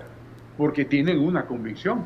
Y yo entiendo que todos estos grupos de verdadera oposición sí tienen convicciones sobre los motivos de su lucha y van a seguir. Doctor, ya para ir finalizando esta entrevista, ¿cree usted que el presidente Ortega, con estas detenciones que ha realizado contra opositores, precandidatos presidenciales, podría ser su salida, está buscando su salida a través de negociaciones que podría tener posiblemente con la oposición nicaragüense o el gobierno de Estados Unidos, que estarían presionándolo para que se realicen elecciones libres, justas y transparentes el 7 de noviembre? ¿O ese escenario es poco viable en Nicaragua, que el presidente Ortega ceda una negociación? Podría ser. Es decir, se habla en los sectores políticos y se habla en los comentarios cuando se habla entre la gente de que el gobierno estaría haciendo todo esto como para tener una carta de negociación en un posible diálogo. Se habla de eso. Es posible que esa sea una táctica del gobierno. Es posible que no. Es posible que sea simplemente una demostración del gobierno de decirle: el poder lo tengo yo y te lo voy a demostrar y te lo demuestro, ¿verdad? Echándote preso. Como te digo, puede ser una cosa o la otra, pero no es descartable que el gobierno quiera utilizar como carta de negociación, ¿verdad? Habrá que ver en todo caso, una vez que se dé un diálogo, si se da, si el gobierno sale con esa jugada, habrá que verlo. Muchísimas gracias, don Edgar Parrales, por compartir con nosotros sus puntos de vista alrededor y su análisis alrededor del contexto en el cual nos encontramos. Esperamos contar con usted en siguientes ediciones de Acción 10 en la mañana y de su segmento Debates y Soluciones. Hacemos una pausa comercial, ya regresamos con mucho más de su revista Acción 10 en la mañana.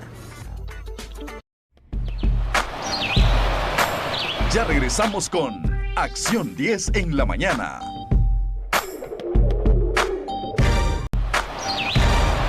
Continuamos con Acción 10 en la mañana.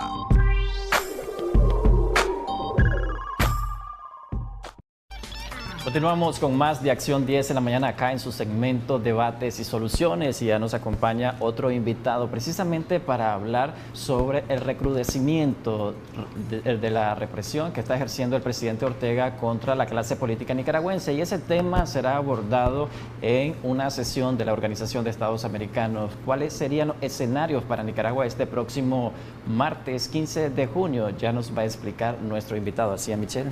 Así es, Jimmy. Vamos a hablar con Roger Guevara, analista político. Le preguntábamos fuera de cámara, Roger, cuáles son precisamente, decía Jimmy, los escenarios que se pueden dar el día de mañana luego de esta sesión extraordinaria que fue convocada por el secretario general Luis Almagro. ¿Habrá los votos necesarios para aplicar el artículo 21 o para iniciar el proceso de la aplicación de este artículo? Sí, yo creo que se está siguiendo bueno, gracias por la invitación. Creo que se está siguiendo el procedimiento normal Creo que se agotan los tiempos y los espacios. A mi juicio es un aparato que ha ido excesivamente lento, sobre todo después de que Almagro, con su estilo vacilante y cómplice, ha hecho que el pueblo nicaragüense vaya desconfiando cada vez más de la acción y la función de la OEA. Indudablemente esta convocatoria va a exigir el número calificado de los 24 votos y posiblemente no podemos olvidar que las islas son islas-estados que tienen un voto cada una en el Caribe, y eso suma más de 10, indudablemente pesan en el momento de una votación. Por lo tanto, yo diría que hay igualmente en Centroamérica países que todavía son una incógnita, como el caso de Honduras y El Salvador. Que por cierto no se han pronunciado. Todos los países, una buena parte de los países de la región latinoamericana y en Centroamérica se han pronunciado, excepto estos dos países, pronunciados de manera pública o a través de las redes sociales. Abierta, clara y directa no lo han hecho, ¿no? Así es. A mí me extraña el gobierno Bukele que no se haya manifestado, ¿no? Habría que ver las razones del retraso o de la abstención. Ahora, esta es la apuesta que ha tenido o ha sostenido el presidente Ortega en la Organización de Estados Americanos, esta correlación de fuerzas que no permite avanzar las intenciones de un grupo de países que está desde el 2018 impulsando acciones en contra del gobierno.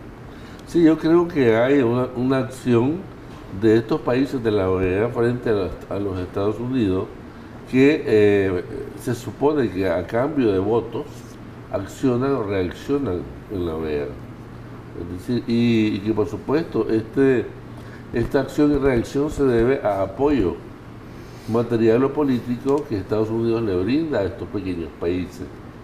Por lo tanto, podríamos hablar que hoy, en esta reunión que se está dando el 15, día de mañana, en Washington, va a ser una reunión de Consejo Permanente.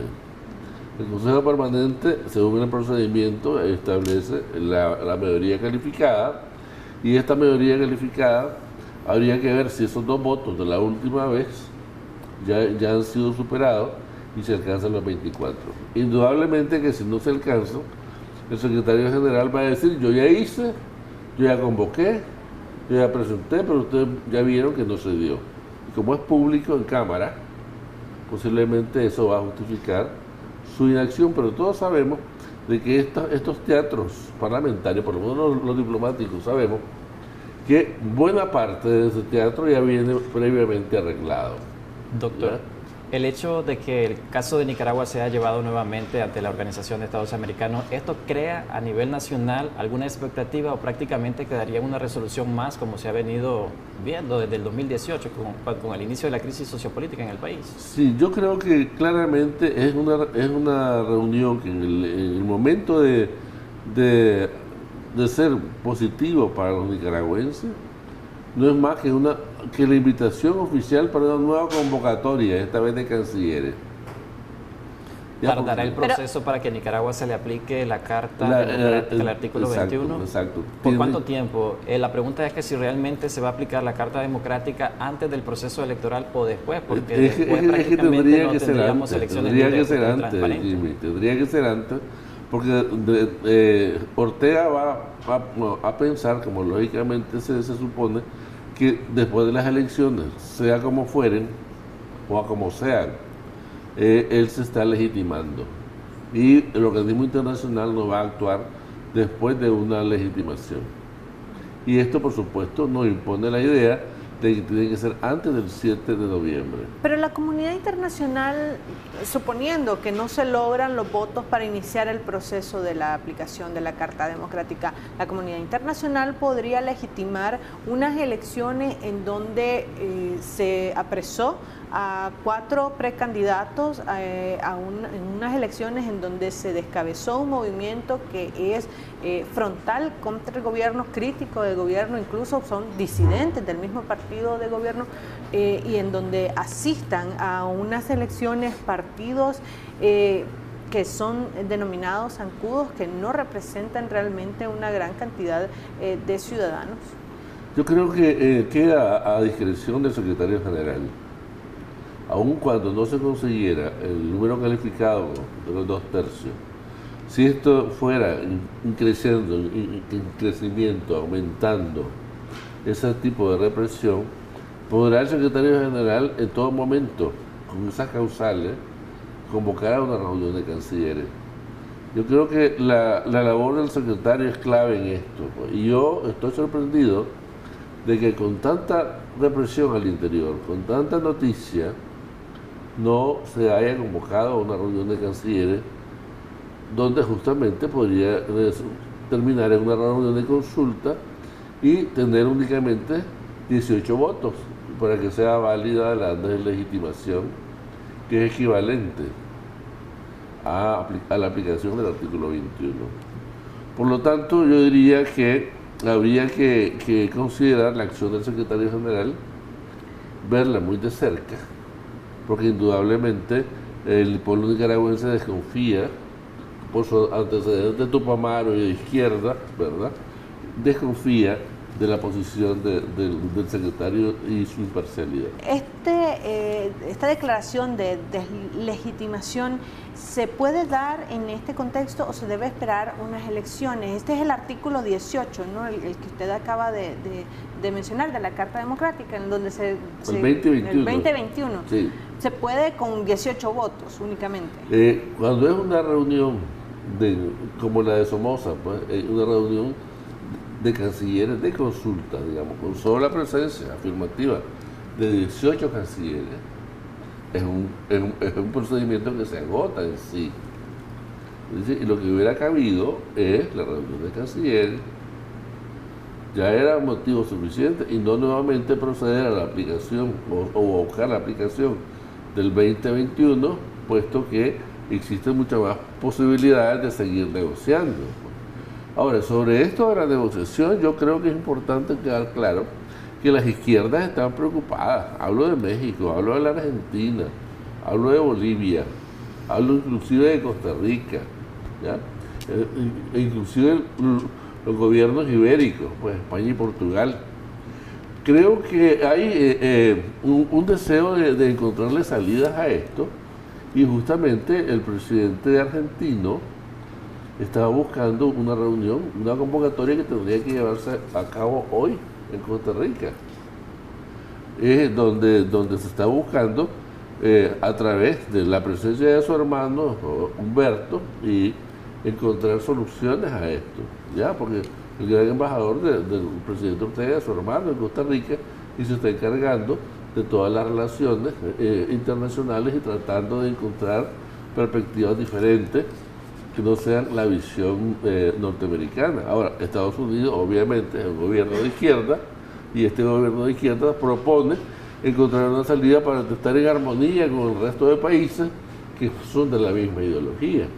Por lo tanto, yo diría que los que no somos de izquierda no tenemos en este caso muchas amistades, y si Estados Unidos promueve este tipo de reuniones para encontrar soluciones y acepta la invitación del presidente Ortega para que el delegado norteamericano esté con Humberto, su hermano, y para encontrar una solución, pues yo creo que tenemos que darnos cuenta de que la posición no de izquierda tiene muy poco que decir.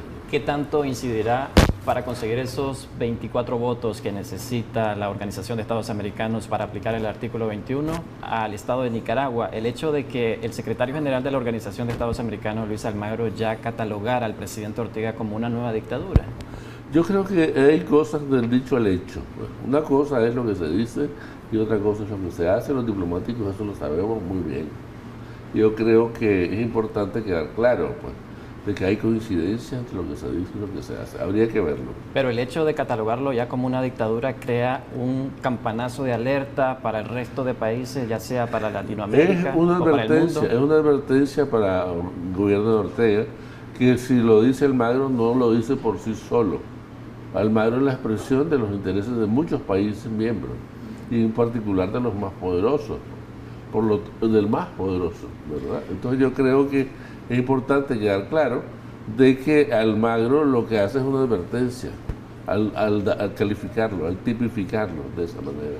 Ahora, ¿cómo quedará la organización si no se logra alcanzar estos 24 votos que se requieren para iniciar este proceso?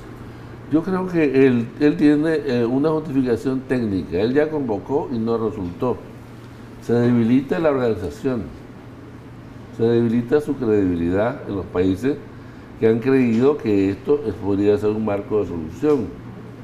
Y evidentemente le da más espacio de tiempo para que se convoque a una reunión de cancilleres sobre el mismo tema si esto se recrudece, si esto empeora. Y por lo tanto, como esto no tiene señales de mejorar, posiblemente tendrá que hacerlo en 30 días. Doctor, hay dos escenarios acá para el tema de la aplicación de la Carta Democrática en Nicaragua. Uno que sea aplicado y la otra que no sea aplicado. En el caso de ser aplicado, ¿cómo se reflejaría ese efecto en Nicaragua? ¿Un día después o tardarían meses para ver esos resultados en el país? Yo creo que como es dramática una suspensión, los países que han tenido presencia y tradición de relación política, comercial, económica o militar, van a tener que actuar en consonancia y tendrán que retirar sus jefes de misión, retirar sus jefes militares, ¿verdad? Y por supuesto los países pueden hacer también una acción bilateral. Estados Unidos ya no compraría el oro que compra a precios regalados, ¿verdad? Y que son para respaldar sus activos financieros. Igualmente sería el caso a Estados Unidos le interesa el mantenimiento del tratado sobre drogas y del Caribe, que para ellos son vitales, que le da un derecho de vigilancia como tenía Colombia de nuestras costas en la época de la colonia española. También es importante para Estados Unidos el asunto de la migración, ¿verdad? Porque definitivamente el cierre de la zona franca equivale a 100.000 personas en la calle, pues, porque son posibles migrantes de forma violenta, que por supuesto el gobierno mexicano no estaría feliz dejándolos pasar, porque forma parte de su trabajo, ¿ya? Entonces yo creo que esto es lo que vendría únicamente de Estados Unidos. No hablemos de que detrás de esa declaración viene la aplicación de Europa. Y Europa significa el cierre de mercados de café, por ejemplo, ¿no? Aquí le vamos a vender el café. Es decir, eso, digamos, los compradores y los vendedores. Hay quienes apuestan a que el cierre de estos mercados no va a generar mayor afectación en nuestro país y que se puede buscar otros mercados. ¿Realmente esto es posible? No. Yo creo que del diente al labio se puede, pero no tenemos una red de diplomáticos. No tenemos un servicio exterior profesional. No tenemos gente que tenga la capacidad y la disponibilidad para eso, ¿no? Pero muchas gracias, doctor. Las conclusiones, ya para ir finalizando esta entrevista acá en Debates y Soluciones, ¿qué es lo que se podría esperar en temas de diplomacia? Nicaragua prácticamente está en el ojo del huracán con la crisis sociopolítica que viene enfrentando y la represión gubernamental que ha venido ejerciendo el presidente Ortega contra la clase política. Yo creo que el gobierno no tiene un buen equipo de asesores, es lo que puedo constatar.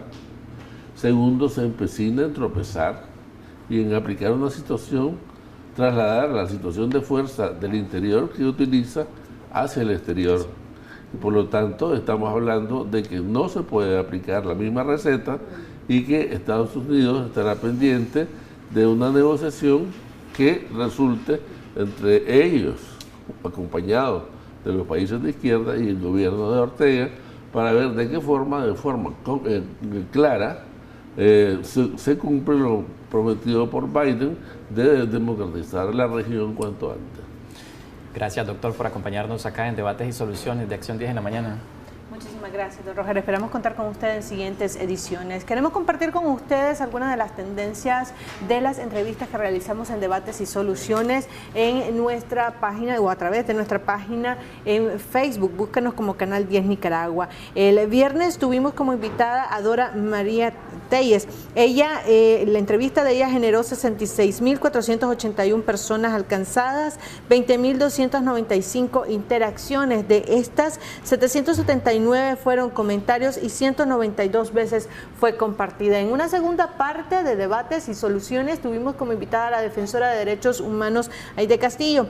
Esta entrevista alcanzó 78.054 personas, 17.163 interacciones. De estas, 298 fueron comentarios y fue compartida 96 veces. Recuerde que esta y otras entrevistas usted la puede ver a través de nuestra página en Facebook. Búsquenos como Canal 10 en Nicaragua.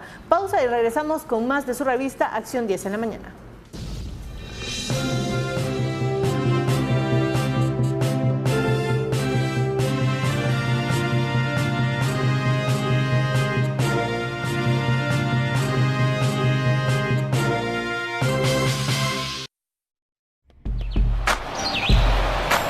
Ya regresamos con Acción 10 en la mañana.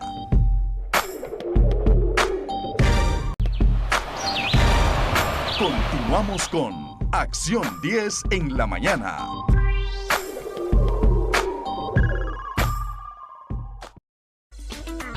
Gracias por continuar con nosotros en Acción 10 en la mañana. Médicos independientes afirman que la pandemia de COVID-19, como todos lo sabemos en nuestro país, es un tema de preocupación que sigue causando víctimas mortales. Sin embargo, en las unidades de transporte o en los mercados, muchas personas han relajado las medidas de protección. Veamos más en el siguiente reporte que ha preparado Christopher Guevara. Adelante, Christopher.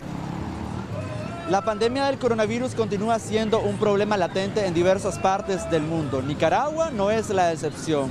Muchas personas han relajado las medidas de confinamiento, las medidas del uso de las mascarillas, pero ¿a qué se deberá esto? La falta de educación, la falta de cultura. Conversamos con un especialista para que sea él quien nos explique cómo se encuentra actualmente el contexto de la pandemia en nuestro país y conversamos con algunas personas para que nos digan cómo ellos se cuidan. Pues yo creo que el coronavirus es una pandemia que hoy casi está controlada, pues, ¿me entiendes? Creo que no tenemos que temer, simplemente tener siempre las mismas precauciones, mantenerlas en mente, pero creo que ya está bastante controlado. ¿Usted no tiene miedo a contagiarse por no andar mascarilla? No, para nada, yo creo que soy inmune a eso, porque nunca he usado eso desde que comenzó el brote en vivo, nunca he usado mascarilla. Mi opinión es que debemos de usar mascarillas, debemos de tomar las medidas preventivas ante esta situación, ya que es una situación muy grave a nivel internacional, tanto como en nuestro país. Hay que estar precavido y hay que seguir las medidas. Con este tema de la pandemia, ¿usted no tiene miedo a exponerse en mercados, en los buses? No. ¿Cuál es la medida que usted está tomando para no ser víctima de la pandemia? Ahorita no mi mascarilla aquí, me la acabo de quitar sí, por el calor. ¿Tiene miedo de que quitársela se exponga tanto y a su familia? No. Gracias, amor. Coméntenos acerca del tema del coronavirus. ¿Usted no tiene miedo a contagiarse, a andar en los mercados? Claro que sí. ¿Qué medida usted está tomando para no ser víctima de esta pandemia? Lavando las manos, echándonos alcohol. ¿Qué pasa con el uso de la mascarilla, mi estimada? Es que hoy no me puse porque la tenía sucia la mascarilla. Bueno, gracias a Dios, Dios los ha amparado. Es Dios el que los está ayudando. Sí. ¿Cuáles son las medidas que usted está tomando para no ser víctima de la pandemia? El aseo. El aseo. ¿Y el uso de la mascarilla, mi estimada? Uso los perpetuos. ¿No cree que ha relajado las medidas para evitar ser víctima de esta pandemia?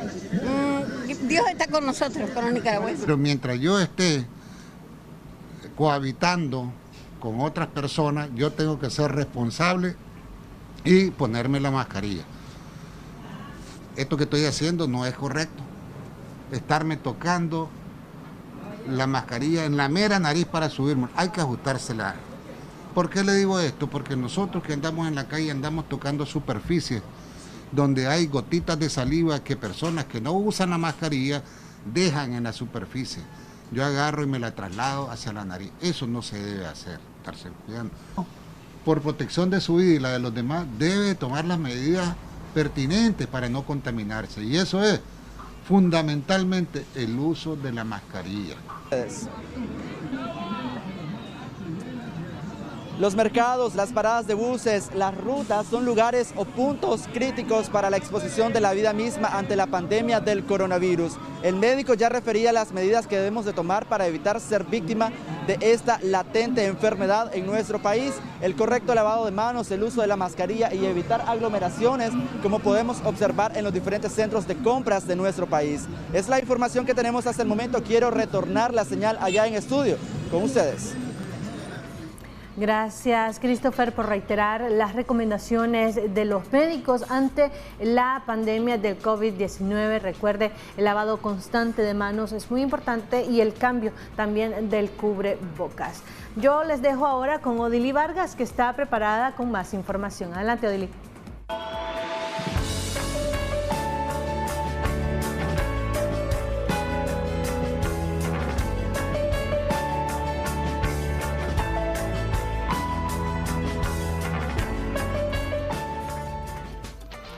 Gracias, Michelle. Ya estamos preparados para recibir a nuestro especialista, el doctor Bismar Somarriba, vía Skype. Está con nosotros, como siempre, todos los lunes, en nuestro segmento Salud Materna para abordar un tema interesante, infección en vías urinarias. Doctor, muy buenos días. Gracias por acompañarnos. Gracias, Odelit. Y siempre me sumo a las orientaciones de uso de mascarilla, de lavado de manos, evitar ir a donde hayan gente en gran cantidad. Igualmente, si voy a salir, que se haga lo necesario, porque recuerden que el coronavirus todavía está presente y todavía está matando a gente de nuestra población. Recuerden que es importante esas recomendaciones. Cuando hablamos de infección de las vías urinarias, Odilit, es importante hacer mención que un gran porcentaje de mujeres es el que acude generalmente a la consulta médica, tanto en medicina general como en ginecología.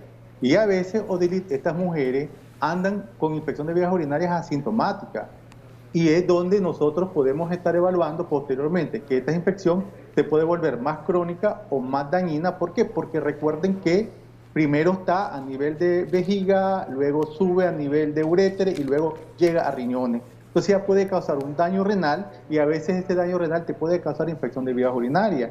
Igualmente, aquellas pacientes que están embarazadas, pues corre riesgo de las amenazas de aborto, amenazas de parto prematuro, y prácticamente puede complicar al bebé porque nace prematuramente y eso pues llega a más complicación. Igualmente, en aquellas pacientes hipertensas, aquellas pacientes diabéticas, pueden padecer frecuentemente de infección de vías urinarias, y esto prácticamente descompensa el cuadro del mismo. Por eso es importante la evaluación de una mujer para dar tratamiento y seguimiento a este problema. Doctor, cuando ya la paciente está, usted decía que no hay síntomas, pero hay algo que indique a la paciente el visitar al especialista y el suponer en algún momento que podría tener algún tipo de infección en las vías urinarias. Ahora, no es lo mismo en las vías urinarias que en otra parte del órgano reproductor también de la mujer, porque pudiera darse también infecciones en la vagina, por ejemplo. Recordar, ahí es donde quiero que llegamos al punto. Sí. Hay un grupo de mujeres que están con sus problemas asintomáticos meramente, pero hay otras mujeres que tal vez andan con una infección vaginal, y recuerden que vagina y uréter, la entrada del uréter, pues de uretra, prácticamente están en contacto permanente, y eso va a hacer que una infección vaginal haga que por uretra suba a vejiga, y ahí puede estar una infección de vías urinarias localizada. Okay. Prácticamente. Entonces, en una infección vaginal te puede llevar a una infección de vía urinaria, y producto de, digamos, es muy frecuente encontrar esto por las relaciones sexuales, pues, digamos, uso de mujeres que usan anticonceptivos, mujeres, digamos, que prácticamente usan algunos elementos de ropa íntima sintética, y eso puede conllevar a infecciones urinarias. Ahora, doctor, permítame un momentito, tenemos una llamada en este momento. Adelante, le escuchamos. ¿Cuál es su consulta? Buenos días, Canal 10. Sí, fíjense que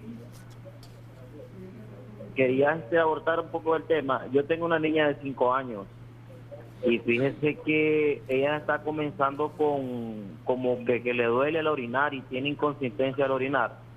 Y yo la llevé al médico, pero me dicen que infección en las vías urinarias. Entonces quería ver qué era lo recomendable, porque fíjese que ella tiene desde el sábado y se ha levantado bastantes veces a orinar por la madrugada y pasa casi la mayoría del día orinando como 5 o 6 veces y le duele, dice que le duele. Entonces, ¿qué sería lo recomendado? Una consulta, ¿la llevó al médico pediatra, a un médico general, a urólogo pediatra? Sí, al pediatra aquí en el Belespay. ¿Ya le recomendaron algún tipo de tratamiento? Sí, hubo una que se llama Uroberry. El doctor le quiere hacer una consulta. Adelante, doctor. O sea, es importante saber o informar que en las niñas es muy frecuente las infecciones de vías urinarias porque todavía las niñas no se limpian bien y prácticamente recuerden que el aseo importante a la hora después de orinar o a la hora de defecar. Entonces a veces las niñas no tienen la técnica apropiada. Igualmente las niñas se sientan en el piso, entonces ahí es donde se pueden estar contaminando. Yo le sugiero al caballero que nos está llamando que haga un examen general de orina y un urocultivo. Examen general de orina y un urocultivo. Y luego puede volver a asistir al hospital donde fue y le lleve los resultados para que pueda prácticamente ellos establecer el tratamiento adecuado.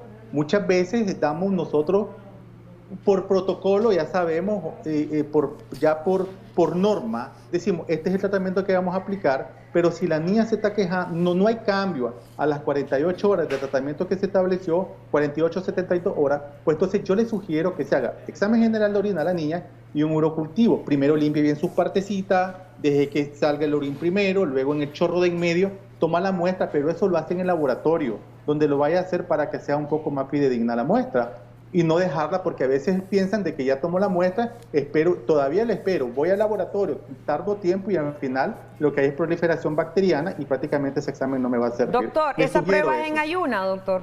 No necesariamente en ayuna. Una infección de vías, hay protocolo Odilit donde puede ser en ayuna, pero en este caso pues la infección va a salir porque la niña se está quejando del problema. ¿Cómo no? Recordemos que nuestro especialista, el doctor Bismar Somarriba, es ginecólogo de adultos. Si usted tiene alguna consulta, con gusto él se la responde. Sin embargo, él, como nos decía, también es con el especialista, es un pediatra. Estamos hablando de una niña de 5 años de edad y son los especialistas pediatras quienes tienen que revisarla, verla y valorar también qué tipo de medicamentos van a indicar. Doctor, también volviendo al tema, en relación a las infecciones en la vía urinaria, ya hablábamos un poco del tipo, incluso usted nos decía, orientada a la ropa interior que debemos utilizar para prevenir de algún modo estas infecciones, a la hora de tener una relación sexual, cuáles son las medidas a tener, las medidas higiénicas también que tenemos que tomar las mujeres, pero en relación a una vez que ya se mejora de esa infección de las vías urinarias, ¿a qué se debe esa repetición? Porque también se da esto, doctor.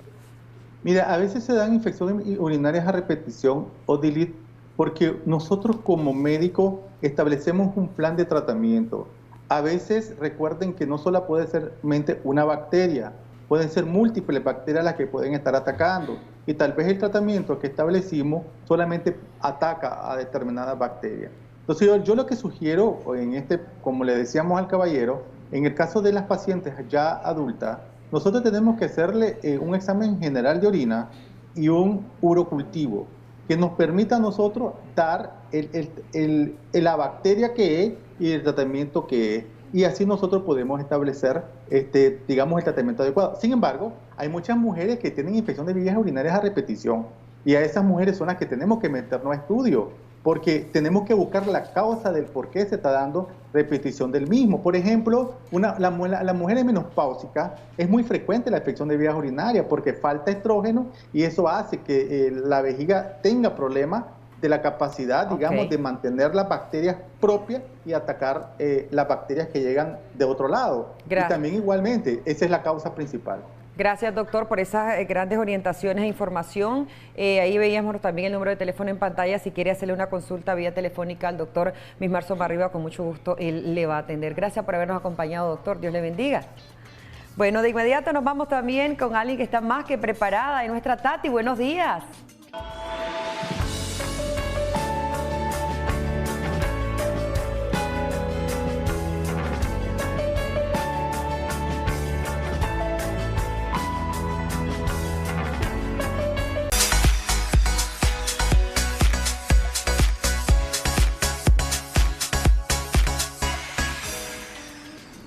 Gracias, Einer. Y en nuestro segmento Camino al Éxito vamos a hablar cómo superar las inseguridades o cómo vencerlas. Para ello se encuentra conmigo Natanael Osorio. Bienvenido, Natanael. Hablemos un poco rápidamente de las inseguridades. ¿Cómo podemos vencerlas? Bueno, primeramente, si hablamos de las inseguridades, tendríamos que hablar de que la mayoría de personas la vive.